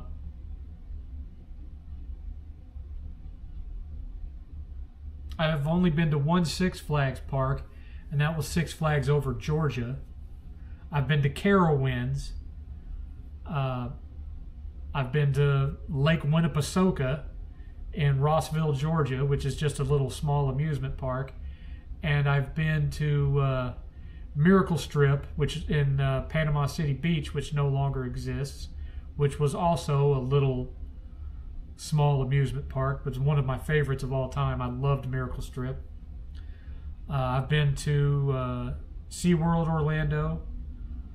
I've been to Circus World, when Circus World existed. Back in the 80s, around 85 or so, Circus World became a park called Boardwalk and Baseball, and then that one went out of business. And I've been to Busch Gardens, Tampa. I used to have, when we lived in Tampa, I had a season pass there. So I spent a lot of time at Busch Gardens. I love that park too. Off topic, but do you like gardening? Nope! No gardening. No gardening. I pay somebody else to cut my grass. I pay somebody else to trim my one bush in the front yard. And that's it. I'm not into gardening. My mom was into gardening. She'd plant flowers and stuff. And my grandmother was into gardening. She'd plant bushes and flowers and whatnot. I'm not into gardening. We got Kings Island where Evel Knievel jumped over the buses. Yeah. I'd like to go to Disneyland if it was still affordable. Go to California and go to Disneyland just so I could say I'd been to both. I'd like to go to Six Flags Magic Mountain in California because that's where they filmed both National Lampoon's Vacation and Kiss Phantom of the Park. So from a historical perspective, and a fan of both of those films, I'd like to go to, even though I know that a lot of what was in those parks back then is no longer there now. So there's only, you have to really be looking to spot things from either of those films in the the modern day park, but I'd still like to go. You know, that's a way, if they don't already do it, that's a way that Magic Mountain could make money, is if they held like a movie fans tour where you had to pay an extra fee and they'd walk you around and show you all the places where scenes from movies were shot. They could make money doing that.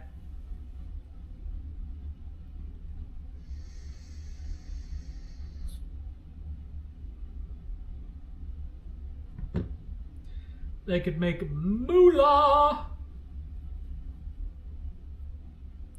Indeed, indeed, indeed. Only place in California I'd like to see is the town of Ferndale. That's where they filmed Outbreak and Salem's Lot. Oh.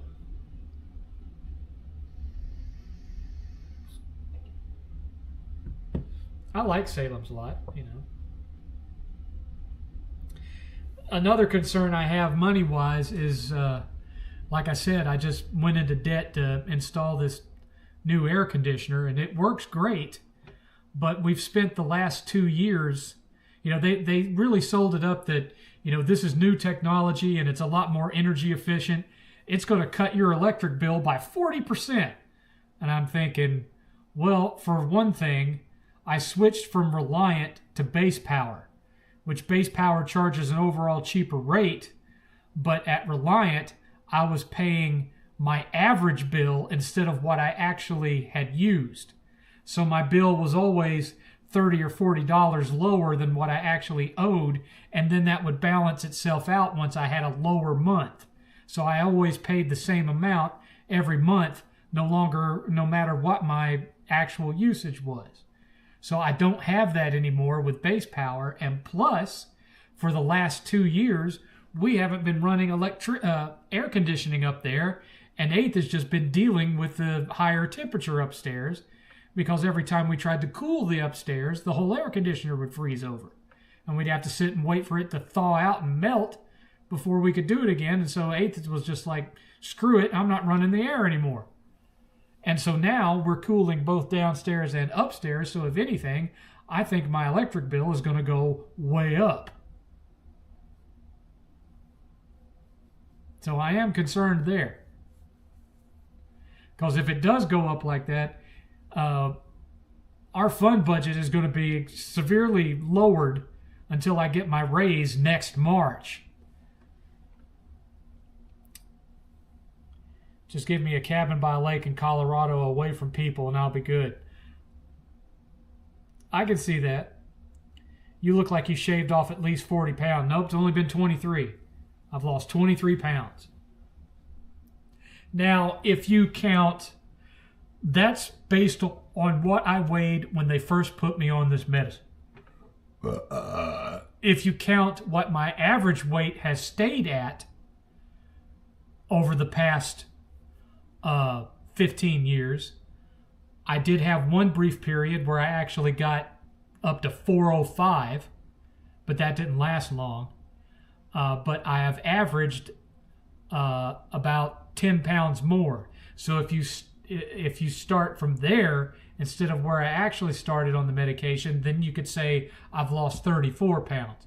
But in all actuality, I was already 10 pounds down when I started the meds, and so now I've lost another 23 on top of that. So, you know, normally I've been around 363 for the last several years, and now I'm down to 331. Or 330, sorry, 330. I'm down to 330.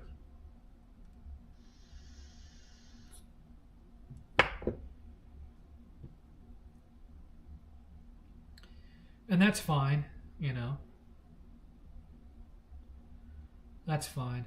As long as I'm making progress and, you know, it's not hurting my heart too much, I'm fine with that. Get 8th one of those slim line window units for his room. Well, he don't need it now because we got this brand new 22 grand air conditioner. I'm just saying it's going to cost me more per month in electricity. I'm sure it will.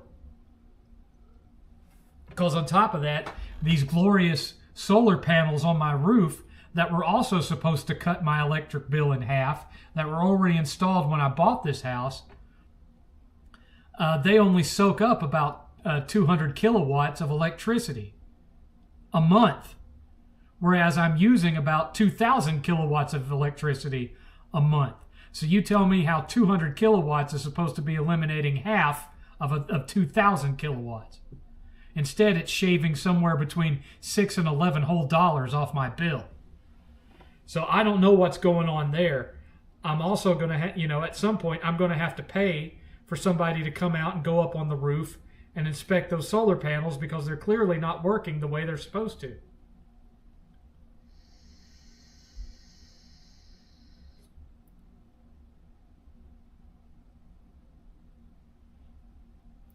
My family had our air conditioner go kaput 15 years ago. Luckily, we got a new one quickly. This Hispanic guy who installed it said my family name is his mother's maiden name. Okay. Well, all right then. This air conditioning unit was the one that was already with the house when we bought it. And it was 17 years old at the time we bought the house. It was 19 years old when we replaced it. So it was just a matter of time, really. How well is the attic insulated? I don't really know. I don't think it's like super great insulated. I think they just sprayed a bunch of insulation along the floor there. I haven't been up there to look at the ceiling to see how well the ceiling is insulated. But even if the insulation in the attic is not that great, I don't have the money to do anything about it. Hell, my attic doesn't even have a ladder on the door that you can pull down to climb up there.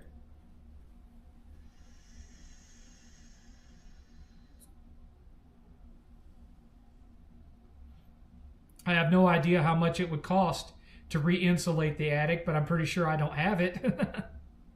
And maybe that would help on the electric bill and help on how much the air conditioning is having to run up there, but I don't know.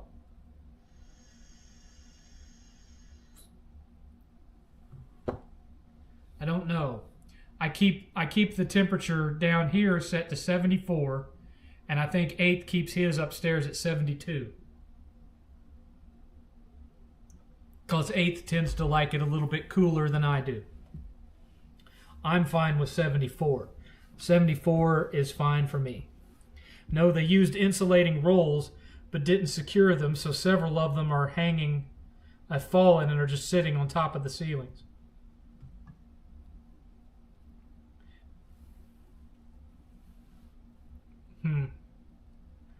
Well, that's something that, if we had secure planking up there to walk on and we had a ladder to get up there, we could probably go up there and re-secure those ourselves. Because that could be causing why this house has to be cooled so much. So getting up there and fixing that could solve our problems. That being said, I don't know if that's something that's covered in the home warranty that I took out. Because if it is covered in the home warranty, then that would only cost $150 to get it fixed. But I don't know if that's something that's covered. I doubt it. So I mean, that's something that we'd probably have to, get a ladder, get some planks to put down so we'd be able to walk up there, and then go up there and with a staple gun and staple them back up to the support beams, or however you'd have to do it.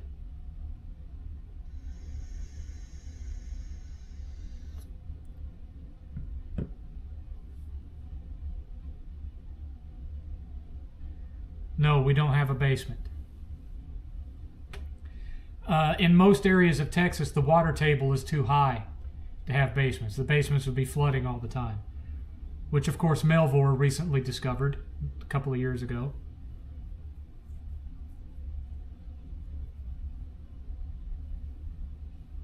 So you don't really see basements all that often in Texas because of that.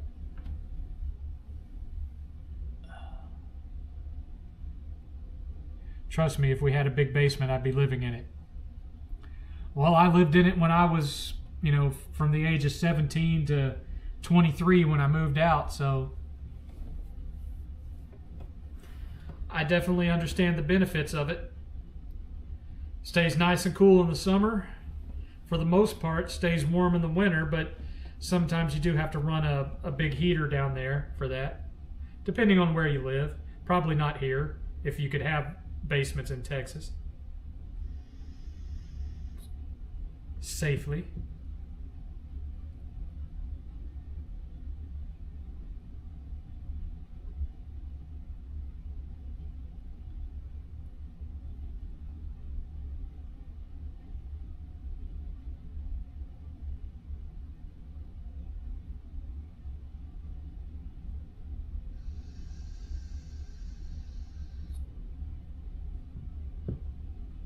One thing I noticed from pictures of the attic that the inspector took when we bought this house is part of the attic is blocked off with a sheet of plastic that's separating one side of it from the other. I'm not sure why that is. I'm not sure what it's there for. But yeah, you stick your head up there and you look to your left, and there's a big sheet of plastic that goes floor to ceiling that's splitting the second half of the attic off. I'm not sure what that's for. Oh, magic powers. I keep my AC on 78 in the summer, but I also have floor fans. I can't sleep when it's too hot, so the basement is great during the summer. But yeah, maybe come next year with the next bonus, we're going to have to look at ways to try to cut down costs besides just paying some of the other debts off. Like, maybe paying somebody to go up there and see about fixing the insulation or redoing it outright. Or there's other things that need to be fixed around here that might be able to help. No, the Dark Tower movie is not good, Ultra Steel. It's not good. No reason to watch it. It's like the Cliff Notes version of the Dark Tower. I'm in Louisiana, so our temperatures are about the same. Yeah. Yep.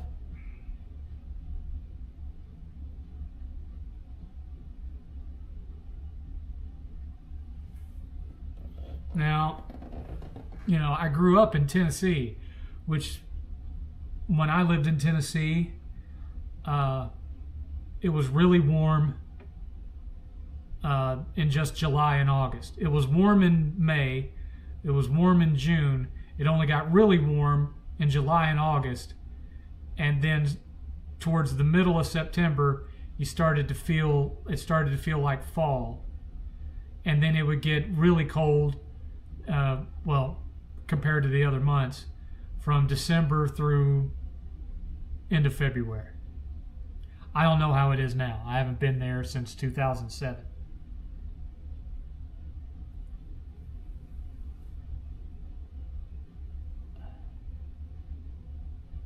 No, I don't have any wind turbines on my roof. No wind turbines on my roof. All I have on my roof are the roof, the shingles and all that, and solar panels. That's it. That's it.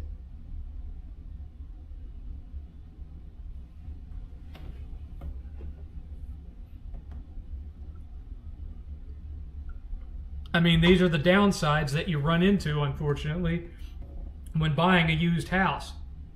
Because you think, well, house is 17 years old. After that, most of everything that needs to be fixed will have already been fixed by now. Not if the people that lived in the house before you didn't bother to, do proper upkeep and maintenance on the house. So you had an air conditioner that was 19 years old, a water heater that, 17, a water heater that was 17 years old, etc., etc. So now, which I wasn't aware of, I'm glad 8th mentioned it to me, we have insulation that's collapsed on the roof. That is probably one of the prime reasons why this house has to be air conditioned so heavily on the second floor. So if we can find a way to get up there and fix that, that should help out quite a bit. Otherwise, we're just not going to have a whole lot of fun money. Because that electric bill is probably going to be beastly when I get it on the 21st. I'm dreading it. I'm dreading to see what it is.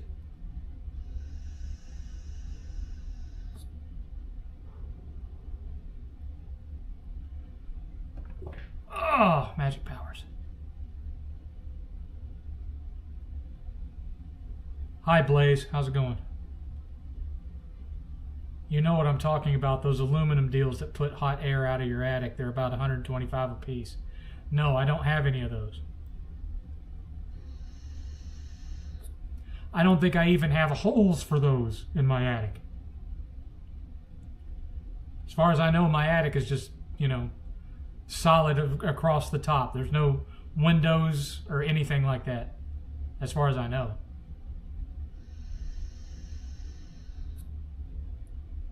Remember, our attic doesn't have a ladder to get up there.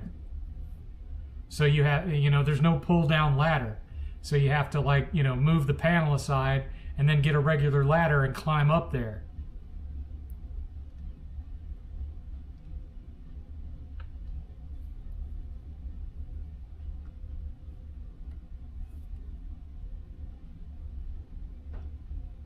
Oh, I almost forgot.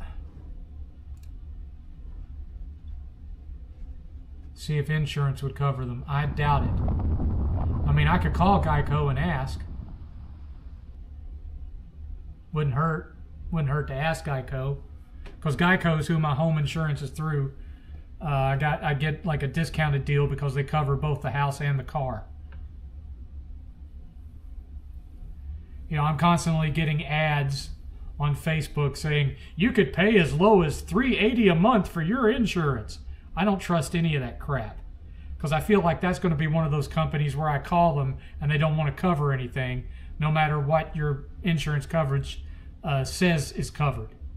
That's just one of those shitty fly-by-night insurance companies that, you mainly only get it so that you don't get bitched at by the mortgage holder, the lien holder on the house, because they require insurance. So yeah, it makes your mortgage payment a lot cheaper because you're paying, a third of what you would normally be paying for insurance, or even less.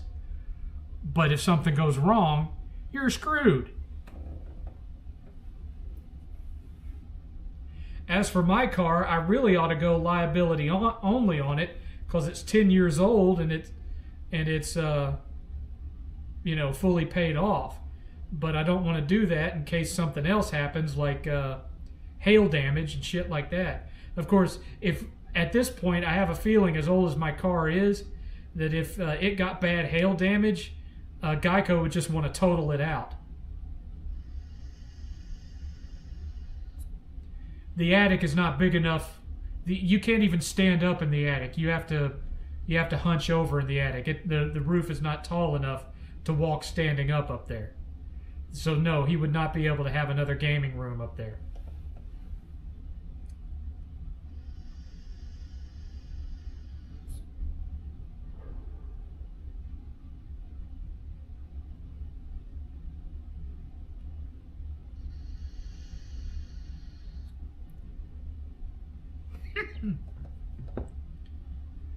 Should you see Hereditary? I liked it. It was a good movie. It's not one of my favorite horror movies. 8th likes it a lot better than I do. But, I don't regret watching it. I enjoyed it. It's just not one that I'd want to watch over and over. Like, say, the original Insidious, Poltergeist, Conjuring 1 and 2. Those I can pretty much watch over and over again. Hereditary is not one of those films for me, but I did enjoy it. I could see myself watching it maybe once every couple of years.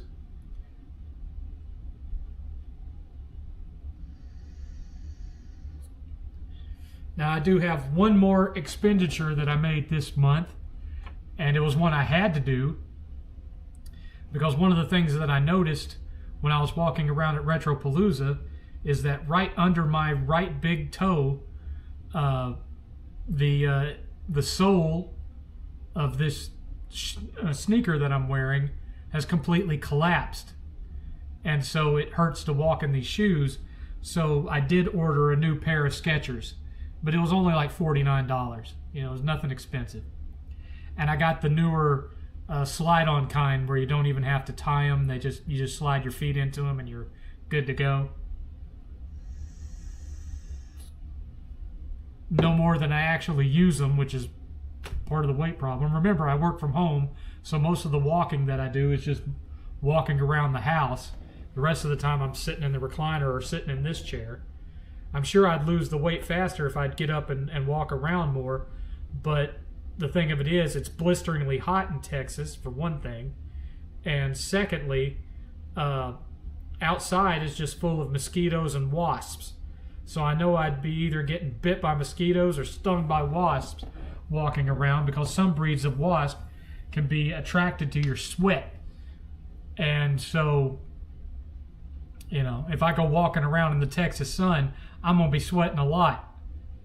So the only walking I do is walking around in the house. And even so, you know, I could be walking around more in here than I currently do, but I've always got something else I have to be doing. So, you know, I get up and I play fetch with the dog. I get up and walk over to get a game. I get and walk into the kitchen to get me a drink or get my dinner. I walk to the bathroom, you know, just the usual stuff that you do in the course of a day. But I'm not walking just for the sake of walking. And if I was doing that, I'd probably be losing the weight a lot faster. I will say, if there has been anything regarding car accidents in your family, you might want to avoid it.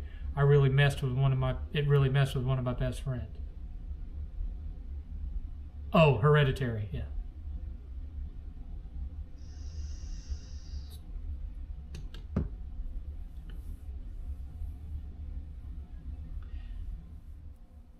I don't really, if that's what you think It Follows was about, I don't think you really get the point of that movie, Ultra Steel. It's not so much about fleeing sexual immorality. It's about trying to flee the blame for sexual immorality. It's not people turning away from their sin. It's people trying to run from the responsibility and the consequences of their sin. So it's not really a biblical story at all. Give intermittent. I already fast. I fast every day. I don't eat after like somewhere between 3:30 and 4 p.m. until about 9:30 the next day. So every day I'm fasting between 14 and 16 hours.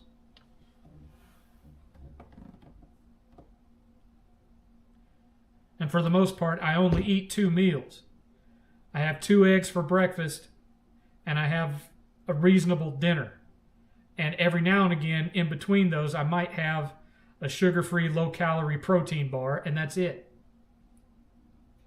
Yeah, Ultra Steel, I think you might need to rewatch that movie. I don't think you really understood the subtext of it. Because remember, the first guy that you see that had sex with the girl, he wasn't trying to absolve himself of his sin. He was just trying to get the curse to transfer over to her, transferring his guilt, his blame to someone else instead of seeking redemption for his own misgivings. That's not biblical, son. Not in a good way. There's been bad examples in the Bible of trying to transfer responsibility or do immoral things so that you can keep doing immoral things, such as David wanting to get it on with Bathsheba, so he sends his best friend, or one of his best friends, her husband, to the front lines, knowing he'll get killed in a battle so that he can feel less guilty about boinking her. But I wouldn't say that's biblical, because when you say biblical, you're usually talking about, the righteous morality of the Bible. And that's not an example of righteous morality. That's a cautionary tale of the consequences of sin. And that's what that movie is. It's a cautionary tale that's more about trying to skirt the blame and the consequences and the responsibility of the bad things you do rather than dealing with them. Your attic is a sauna. Just go lay up there for an hour a day and you'll drop weight quick. Yeah, and I could die too. That's fair, 7th. I just like viewing horror movies through a Christian lens. Well, most movies aren't made through a Christian, especially horror movies. So, you're not really doing yourself too many favors there.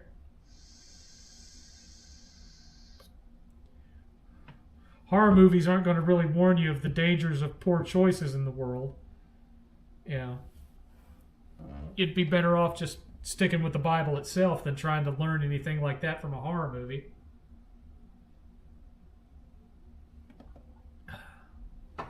$45 minutes left to go. 45 minutes, they've been 0 donations. 0! Just like last week.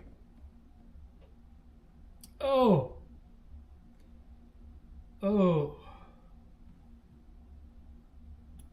Go away. Digest. Go away. Go away. Oh, man. Boy, oh boy, oh boy.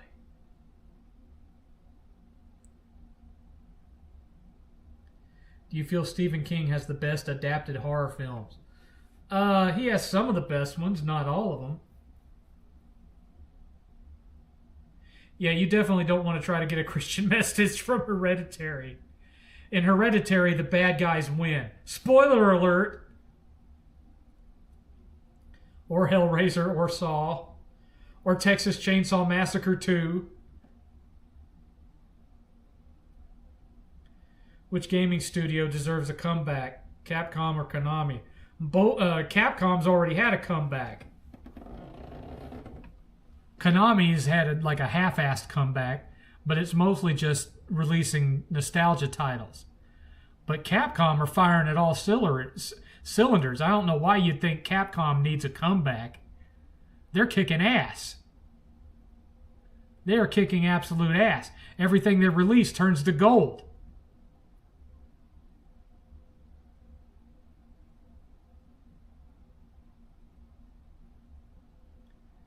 Once again, Ultra Steel, I disagree with your interpretation of what Saw is about.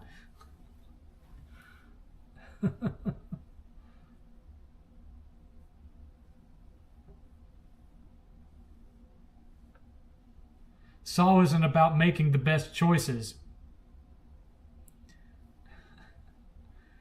Saw is about the evils of presuming that you have the right to judge men instead of letting God seek your justice and your vengeance.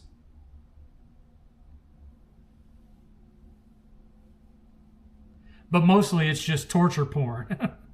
You can really read too much. You're trying to read too much into horror movies, man.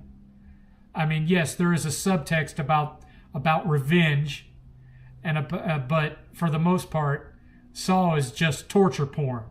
It was just a movie to capitalize on the torture porn subgenre that got started in the early 2000s, like with Hostel, for example.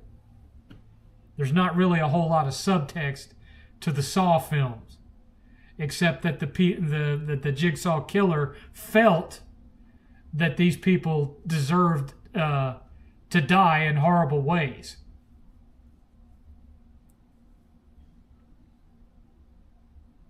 Capcom has already been there for a while, Brother Natural. Capcom has already been there for a while, which mostly got started with Resident Evil 7. Resident Evil 7 came out, and then they've been on a roll ever since.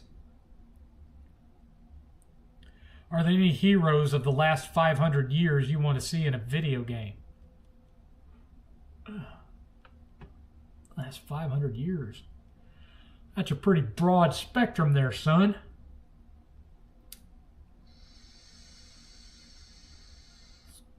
How about an open world survival RPG where you play as Davy Crockett? How about that? The only downside is you know where it's going to end. Abraham Lincoln wrestling game. Abraham Lincoln wrestling game. He was a wrestling champion. I don't know if many of you know that or not, but he was a wrestling champion and was also considered like, a local strongman kind of thing. Yes, Capcom had a bad time during the PS3 era. But you got to realize, the PS3 era ended 13 years ago.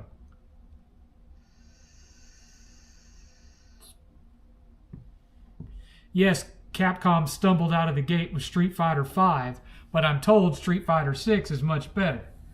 And everything else that they've put out since the PS4 era started has been mostly spot on. See there, air conditioner just turned back on again. Man, my electric bill's gonna suck. A Doom clone starring Teddy Roosevelt. That I would play. Teddy Roosevelt was an in real life badass. I would definitely play that.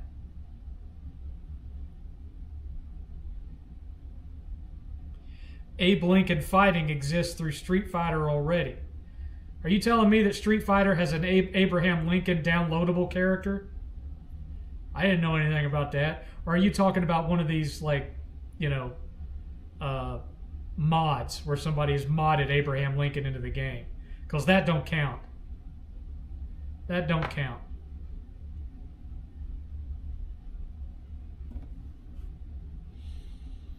"40 minutes left, folks. 40 minutes left.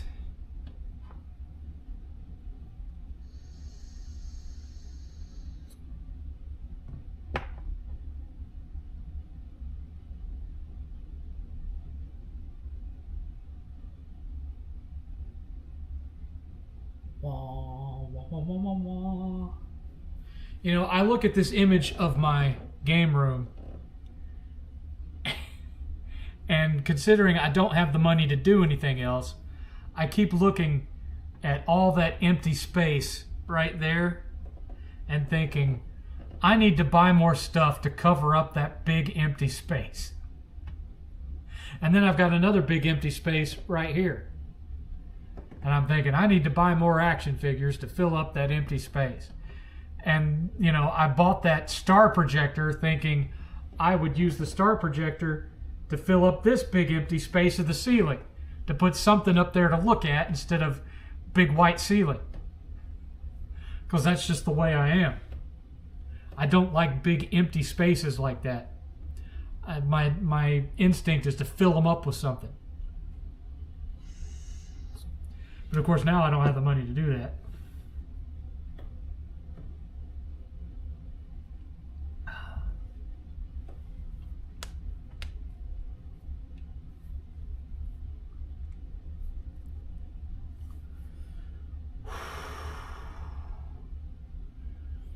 If I can just get some of my other debts paid off, I'm going to have to do that because I have to start actually paying for that air conditioner a year from this coming December. I've got like 18 months or so, and then I'm going to have to start paying $347 a month for the air conditioner.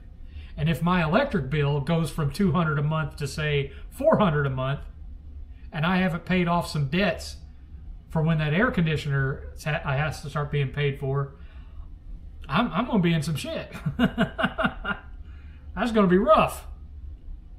It's going to be slim pickings in Casa de 7th when it comes to like buying movies and games. That's for damn sure.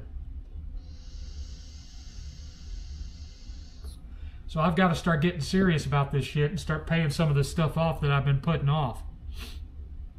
I've got to get some of that down so I can increase my fund money budget. Yup. But I might be able to, eliminate some of it just by doing, trying to DIY some of the repairs, like getting up in the attic somehow and stapling that insulation back into place or something. That'll help lower the electric bill cost somewhat, and also getting those solar panels repaired so they're sucking down more than 20% of what they're supposed to be sucking down. They're supposed to be sucking down about 1,000 kilowatt hours a month, and they're only sucking down like 200. That's not good. That's not good. 80% of what they're supposed to be doing, they're not doing. And I don't know if it's because there's some kind of actual failure in the hardware up there, or if they're just really dirty and need to be cleaned off. I don't know.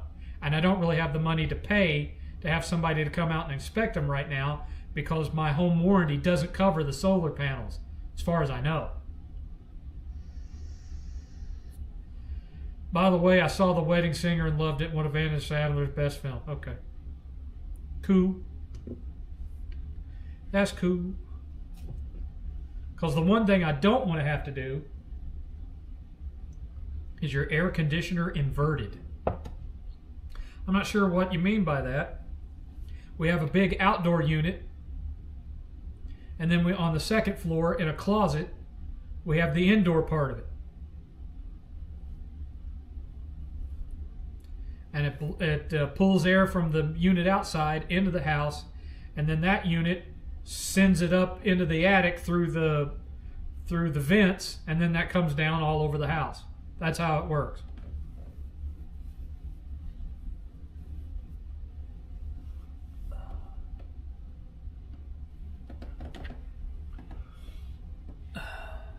And I'm not going to ask 8th to keep his thermostat at the same level as mine, 74, because he doesn't handle the heat as well as I do. I'm not going to fall for that, Raymond. Well, you better go catch it. Wasn't born yesterday, son. What's the matter with you? Thinking I'm going to fall for something like that. Who do you think you are? Alien Magi? Trying to trick me into saying the N-word?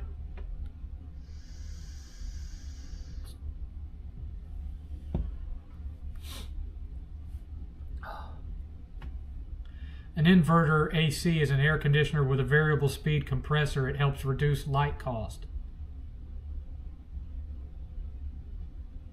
I don't know if that's what I have or not.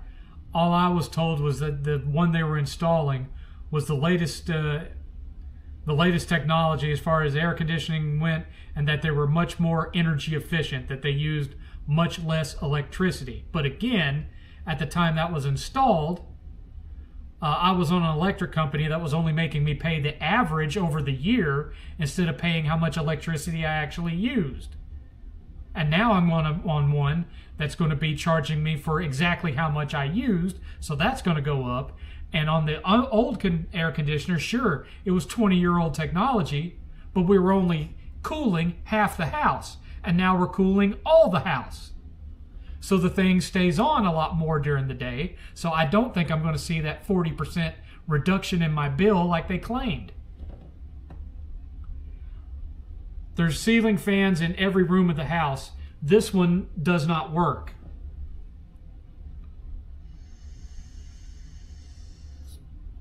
But ceiling fans can only do so much, especially when heat rises, so it all rises up to the second floor where 8th is.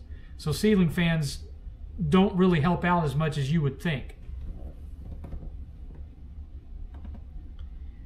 He's been having to live up there for 2 years in 80 plus degrees. That's why I went ahead and went into debt for this new air conditioner, because I was tired of him having to deal with all that heat up there. But I don't think I'm going to see any lowering of my electric bill. I think my electric bill is going to go way up. Probably by at least $100.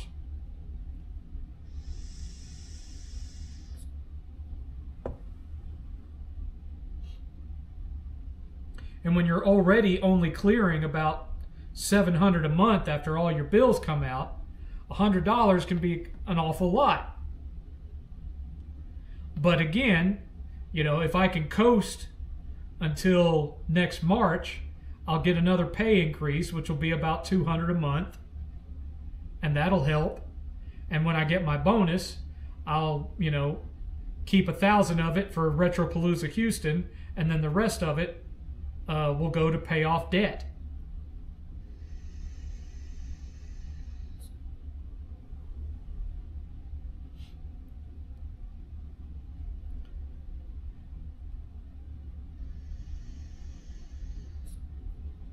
Because I've got several small debts right now that are all costing me like $50 or $60 a month.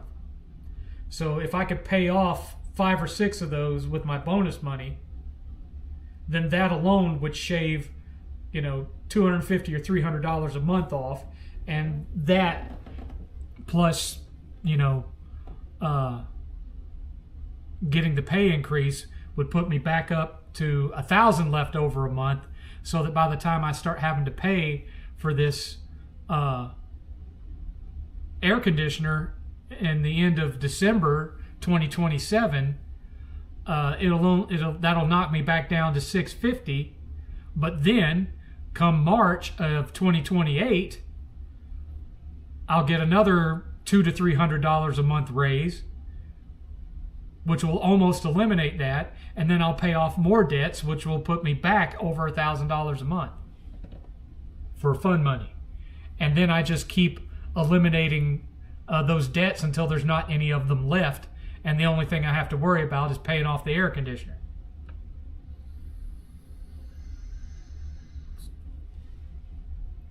Plus, 8th graduates from his first degree around May of next year, and so come May of 2027, he might be able to find more than a part-time job, and then he might be able to help out with the bills a little bit around here more.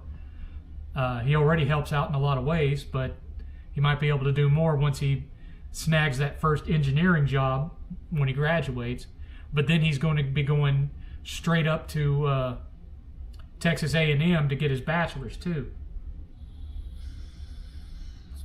And of course, when he graduates from that program, he's going to have probably a year grace period, and then he's going to have to start paying back his student loans. Although so far, his student loans haven't really been that big compared to like what I had to do. Have you tried nicotine gum before? I was off of everything completely up until about a couple of months ago. And for whatever reason, I decided to start doing it again. I will probably, because of the bills, eliminate this and not get any more after this bottle simply because it's too expensive. I can't afford to be buying bottles of this stuff anymore. 30 minutes left, folks. 30 minutes left.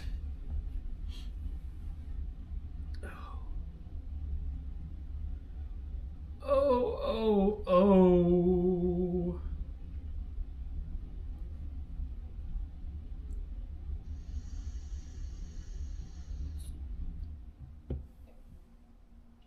Air conditioner cut off again. So the upstairs just hit 72. And so it'll stay off for a while. And then when it goes up to 73, it'll kick back on again. We're still 74 down here, so this one probably won't kick in for another at least half an hour. Now at nighttime, they don't kick off nearly as much, of course, because it's cooler. So again, I'm not going to know for sure what the overall effect of all of this is going to be until the 21st when I get my first electric bill from Base Power. Do you like Chris Farley movies? Not really. I liked Tommy Boy, and that was pretty much it. Tommy Boy was the only one I liked. I didn't really care for Black Sheep because Black Sheep just felt like a retread of Tommy Boy, but not as good. I certainly didn't like Beverly Hills Ninja, and I didn't like Wagons East or whatever that one was called. I didn't like it either. It wasn't Wagons East. Wagons East was John Candy, wasn't it? He did make a Western, and that was Chris Farley's last film, as I recall. Some Western. I think it had the dead dude from Friends in it. I don't remember the name of it, but it sucked.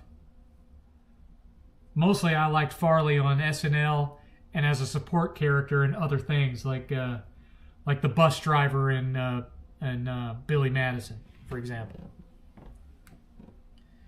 And like I said, I really liked Tommy Boy. Tommy Boy was good, but everything he made after Tommy Boy to me was just trash. This wasn't fun to watch at all.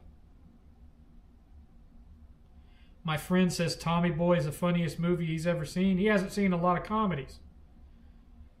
To me, Kung Pao is not the funniest movie I've ever seen. It's just stupid. It has funny moments in it, but it's just like a stupid pet project that somehow made it into theaters.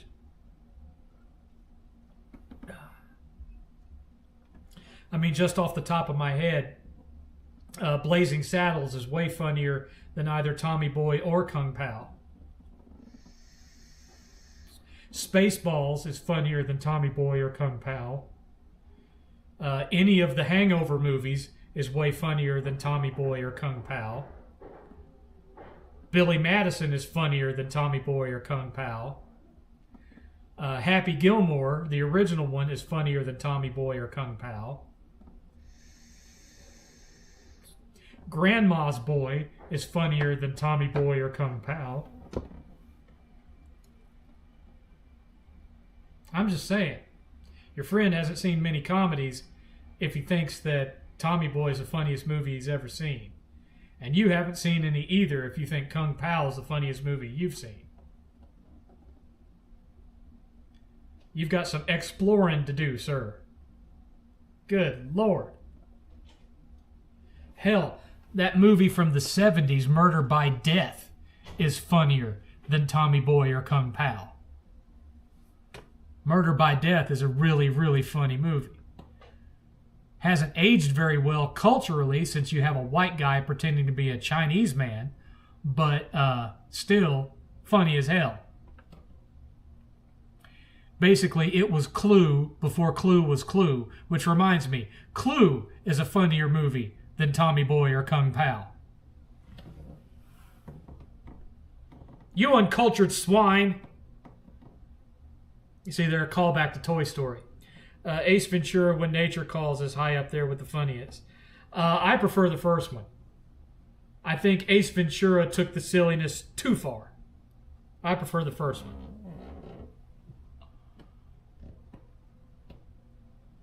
Although there are some scenes that do tickle me in When Nature Calls. Like when he's driving the monster truck and he's like, "No one wants to play with me." You know, that makes me laugh. But overall, I think that one just went too stupid. Same with the Dumb and Dumber sequel. I thought Dumb and Dumber was good. The prequel was god-awful and the sequel wasn't any better. Have you had any more issues with your neighbor? I remember you talking about them. No, they stopped parking all those cars. Although a couple of weeks ago they had some kind of party, and they had cars parked all the way down to the end of the street. I almost called, but I didn't this time. They didn't park in front of my house, so I was fine with it. Don't forget the rhino giving birth scene.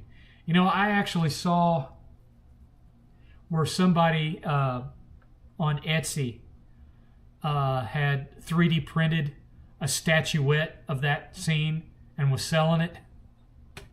I don't know how they're getting away with it legally, but it was like 6 months ago, and they had 3D printed this little statuette of him poking his head out of the ass of that rhino. I almost bought it. just because I thought it would look funny sitting on my shelf. But then again, there's not much point in me buying stuff that's funny to sit on the shelf because most of my friends live 3 hours away. So, there's not that many people that'd be coming over and seeing it. You know what I'm saying?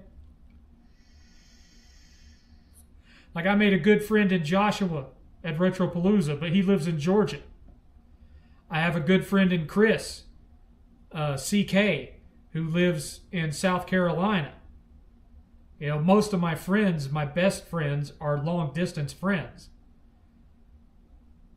Jay lives 2 hours north.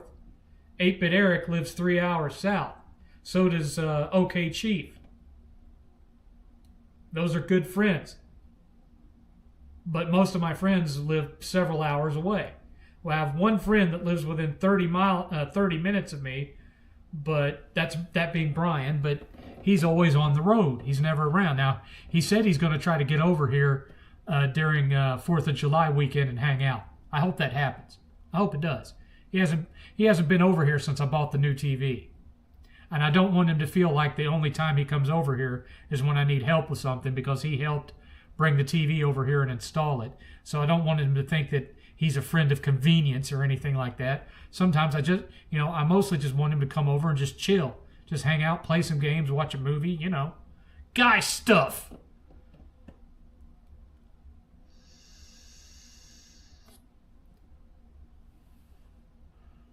I don't want it to be a situation where it's always, Brian, could you come over here and re-spackle my siding? I've got a few cracks that need to be sealed. I don't want to do that.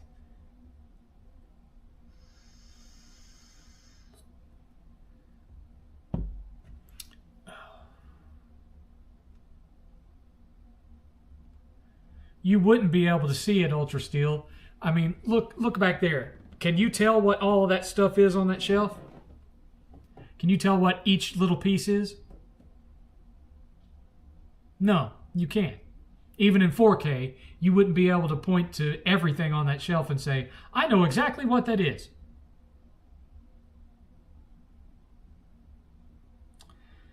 Let's see. I've always had issues with the... Oh, yeah, 8th. I have always had issues with the neighbors. Yeah. 8th greatly dislikes the neighbors on this side of the house. They're the ones that were parked in front of our house for months. This neighbor, sweet as can be. No issues with them. No issues with anyone else on the street. It's just them right there.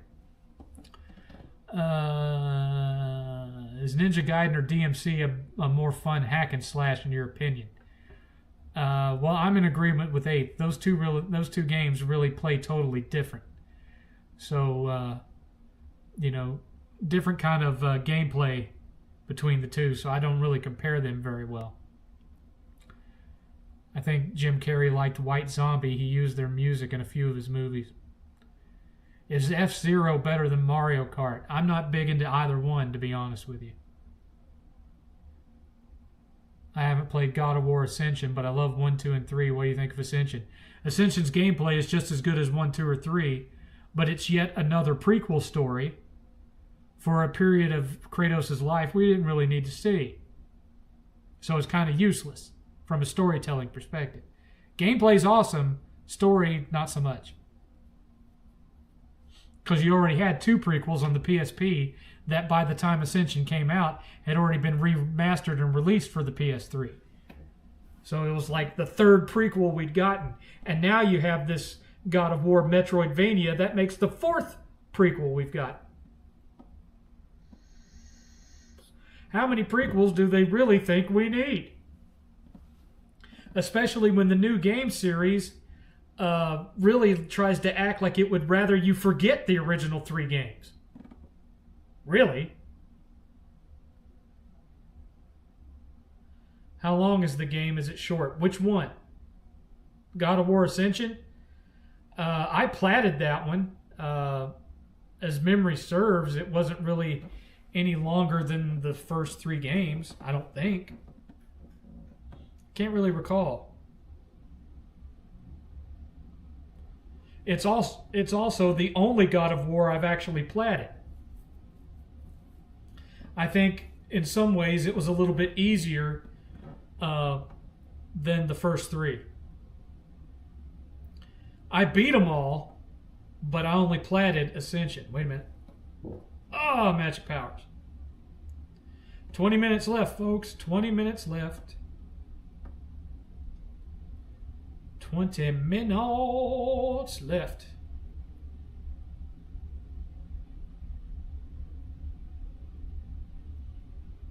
Oh.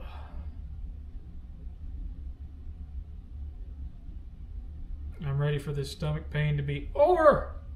Now tomorrow I'm going to be, my buddy Josh has given me access to his account for the studio editing software he uses, and I'm going to install it and play around with it and see what I think of it, because one of the things that's been inhibiting me making new videos, besides my camera woes, which I've now rectified, is my editing software is 12 years old. All this time I've been running on Sony Vegas 2014, and it doesn't handle 4K video very well. So that's one of the reasons why I haven't been making anything much more than don't buy this shit. And after you do so many DBTSs, you start to kind of get bored and burn out with the format, and you want to do something new. I know new stuff won't do worth a crap on my channel because the algorithm just wants me to keep making whatever makes the most views, but still, I want to try something new. 7th, I think the Backrooms dimension would be a great place for you to relax in. I don't think so, because I'd be constantly getting attacked by monsters generated by my own subconscious. What are you trying to do? Get me killed?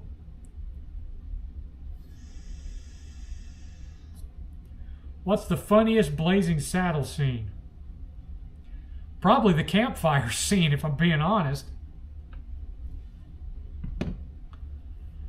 The campfire scene, or when the sheriff first rides into town and has to hold himself hostage. That's probably the 2 funniest scenes in the movie.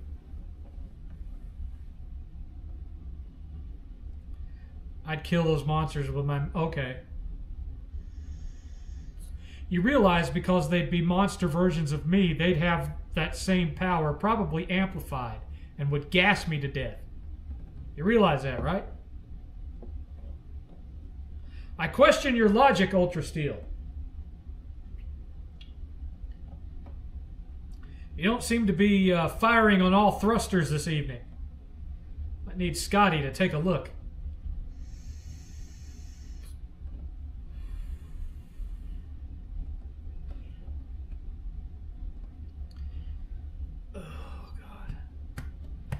I am definitely not going to be able to eat like that at that theater ever again. This sucks. What was your favorite God of War in terms of fun? Probably 3. I really liked 3. Thought 3 was spot on.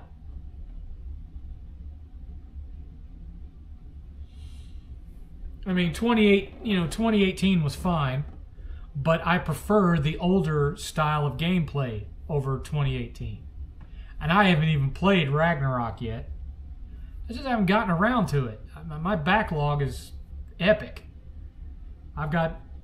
That's one thing about being short of money right now, is that aside from collecting, I could probably go 2 years without buying another game, because I have such a big backlog of stuff I've never played.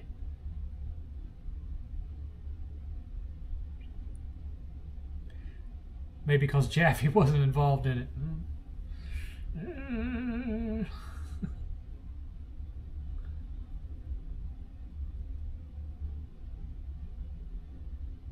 With all the censorship, we'll never get a game like God of War 3 again.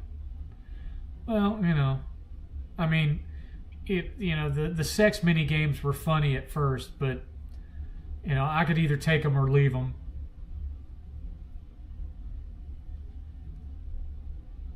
If it had a controllable camera, the original God of War trilogy would be awesome. I don't mind the fixed camera too much, because for me that just makes it like playing a a beat 'em up with a lot more weapons and aerial attack options.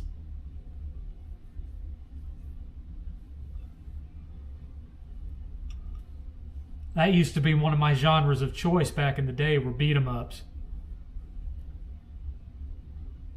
Which, by the way, Cosmic Invasion is decent. It's pretty good.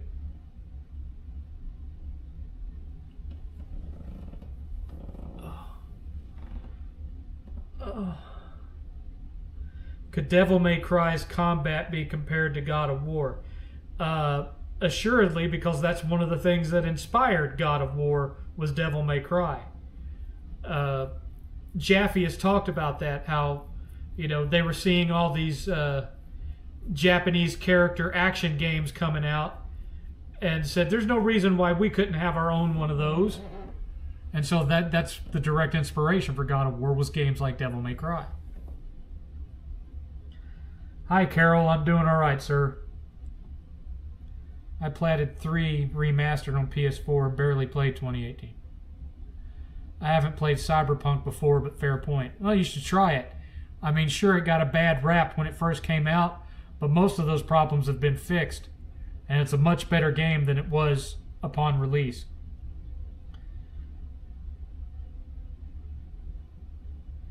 The fixed cameras are annoying in God of War, but they make DMC 1 and 2 borderline unplayable.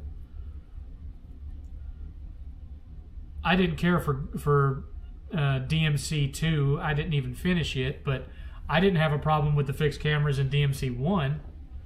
I mean, it can throw you off on the platforming every now and again when the camera switches to a totally different angle, and so you accidentally end up running in the wrong direction, but other than that,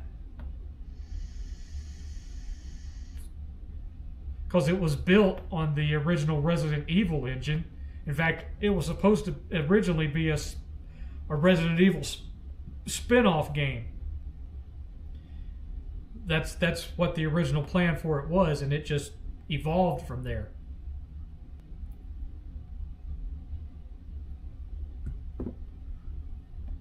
Oh.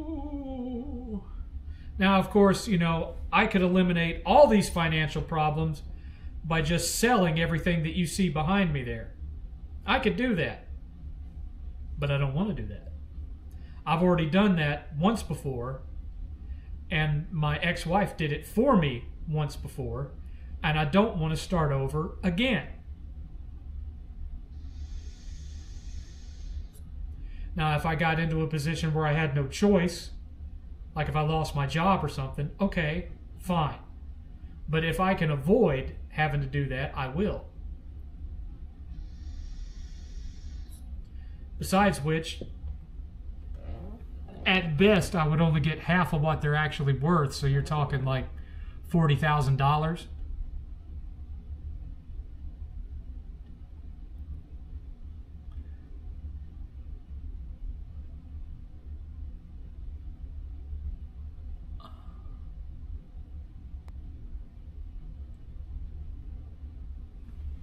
I didn't see it, so I don't know what he said. This was a hot take, but I bought the DMC HD collection on Steam as a hack and slash diehard and hated it. I wanted to get into it so bad, but I couldn't. Well, that's just like people that are big fans of Resident Evil 7, 8, and 9 try to go back and play the original Resident Evil on PS1 and hate it. It's a game of a different era. Why'd your wife sell all your games? Ex-wife. Yeah, I would think by now, Raymond, as long as you've been watching me, that you would know that story. I was away on business, and my wife decided to have a yard sale, and I told her, you can sell what's in this box, and this box, and instead she sold all the boxes to one reseller for $400. I lost almost my entire collection for $400. I've referred to it for as long as I've been on YouTube as the infamous yard sale debacle of 2004.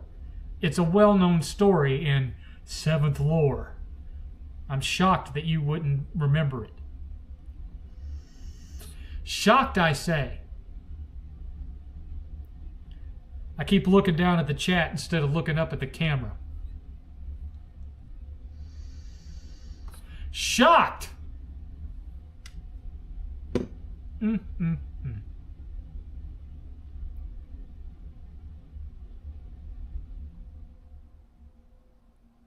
Got about 10 minutes left, folks. 10 minutes left. Get your questions in.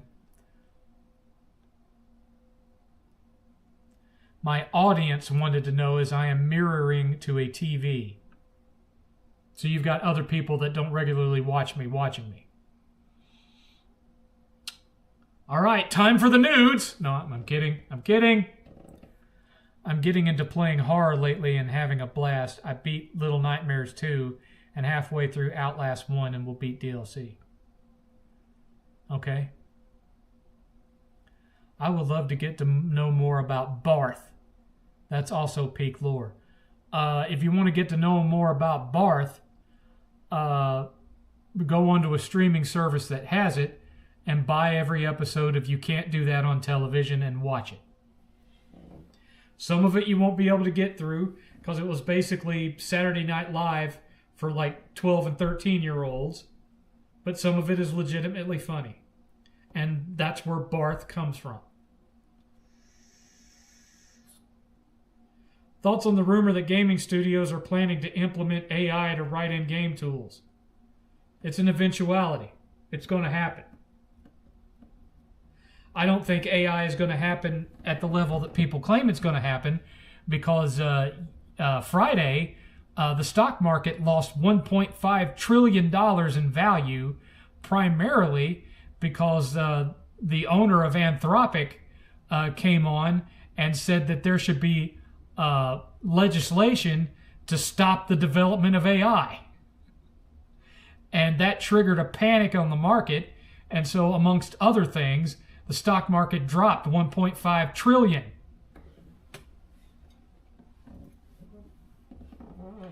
It's proving to not be sustainable the way they thought it would.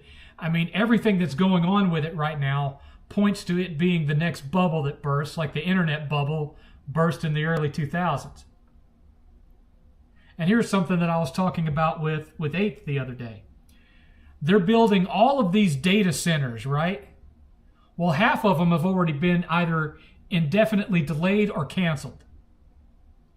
Half of the ones that were supposed to be built out and opened between 2025 and 2026 have been either delayed or canceled. And part of the big problem here is they're all these massive data centers are being built based on current technology. Once quantum computing becomes a thing, one quantum computer will be able to handle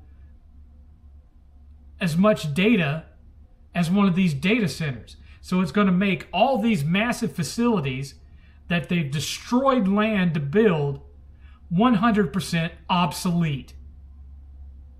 Hell, quantum computing itself could make AI obsolete.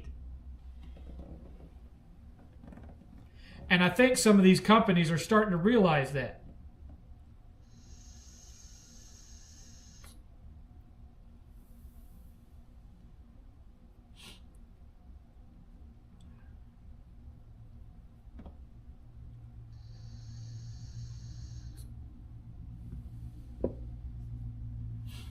Because you have a lot of these companies that fired a bunch of people because they said they were going to replace them with AI. Now they're turning around and rehiring people because it turns out AI is in reality kind of shit and is nowhere near as powerful as they thought it would be by this point.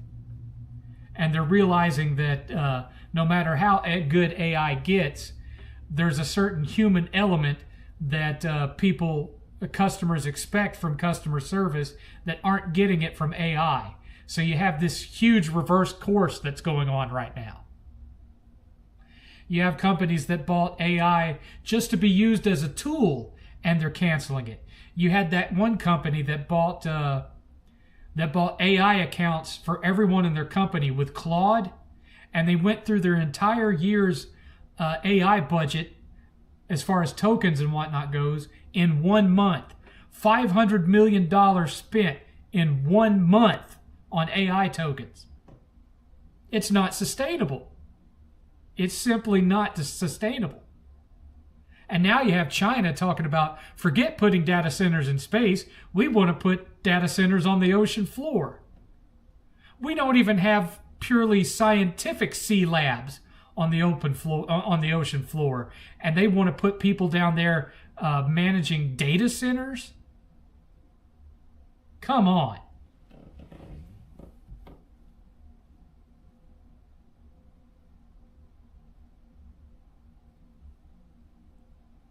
AI is not becoming irreplaceable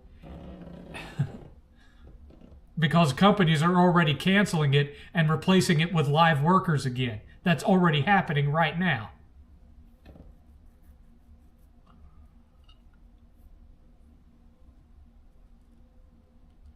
I'm not saying AI is like going away. I'm just saying this rapid advancement that everyone was talking about, it's just not happening. Even the CEO of OpenAI, he was saying gloom and doom and everything about the job market. His most recent interview was like, well, I greatly miscalculated here, and hasn't really had the effect on the job market that I thought it would. And in fact, some of the effect it did have is being reversed.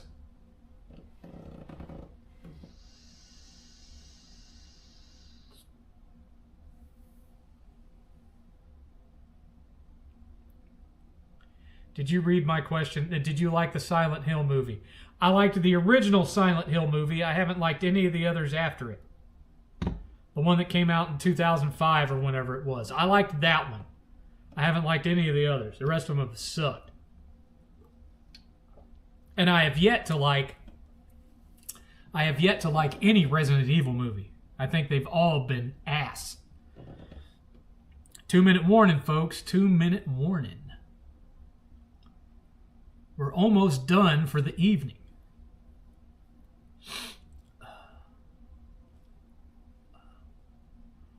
Yes.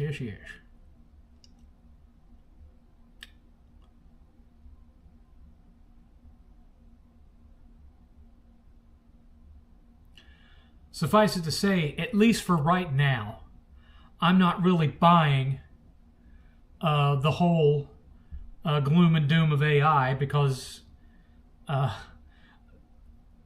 it's tanking the stock market.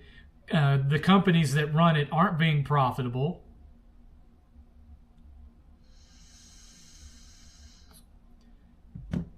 Maybe another 10 years down the line or 5 years down the line, if a lot of these things are corrected, but you have multiple states that are fighting tooth and nail to prevent data centers from being built there. There's a huge rejection of this in the general public going on. So, we'll see.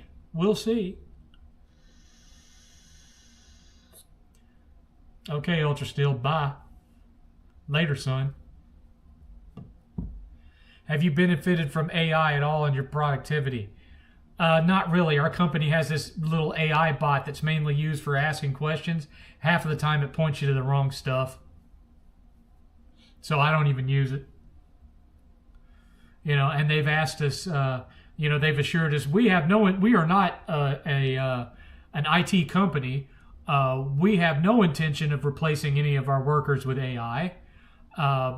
But we would like you to investigate AI and see if there's any tools that you could find that would benefit you as an aid to make you perform your job better.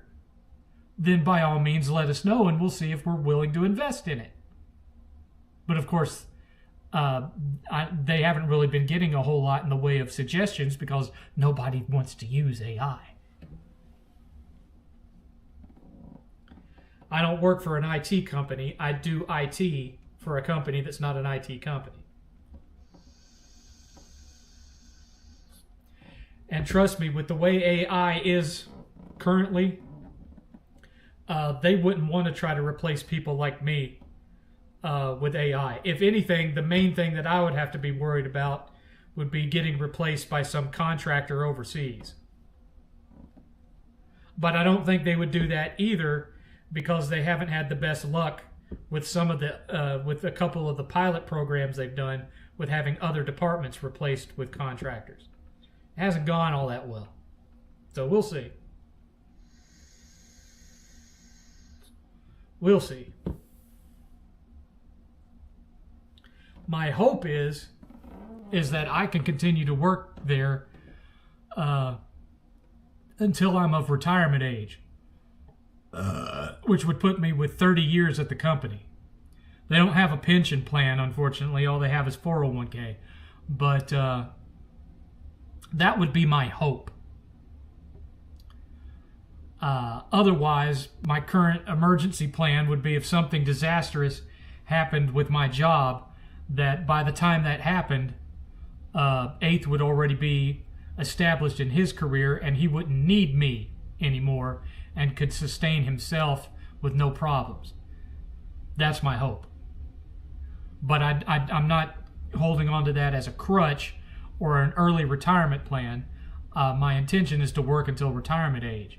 But if the economy takes a downward spiral, or all of IT jobs get replaced by AI, blah, blah, blah, then, hopefully by then 8th is far enough into his career that he doesn't need me helping to prop him up anymore.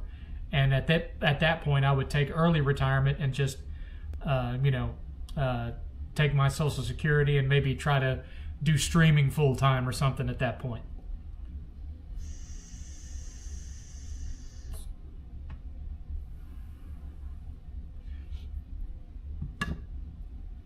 Although it wouldn't surprise me for some corporations out there to start trying to sneak in AI streamers where you think you're watching a real person, but you're watching a deep fake. Wouldn't surprise me at all. Honestly, though, I don't think I would be a success as a streamer because I'm 51 years old, and I don't play games like Roblox or Fortnite or any of that crap. I don't think I'd be able to make a living playing the type of games I play. Point me to someone that proves me wrong. Point me to some 50-something-year-old guy that's making $100,000 a year, streaming 8 and 16-bit games and single-player games. I don't think you're going to find one. What happened to your old streams before 2020? As far as I know, they're still on there.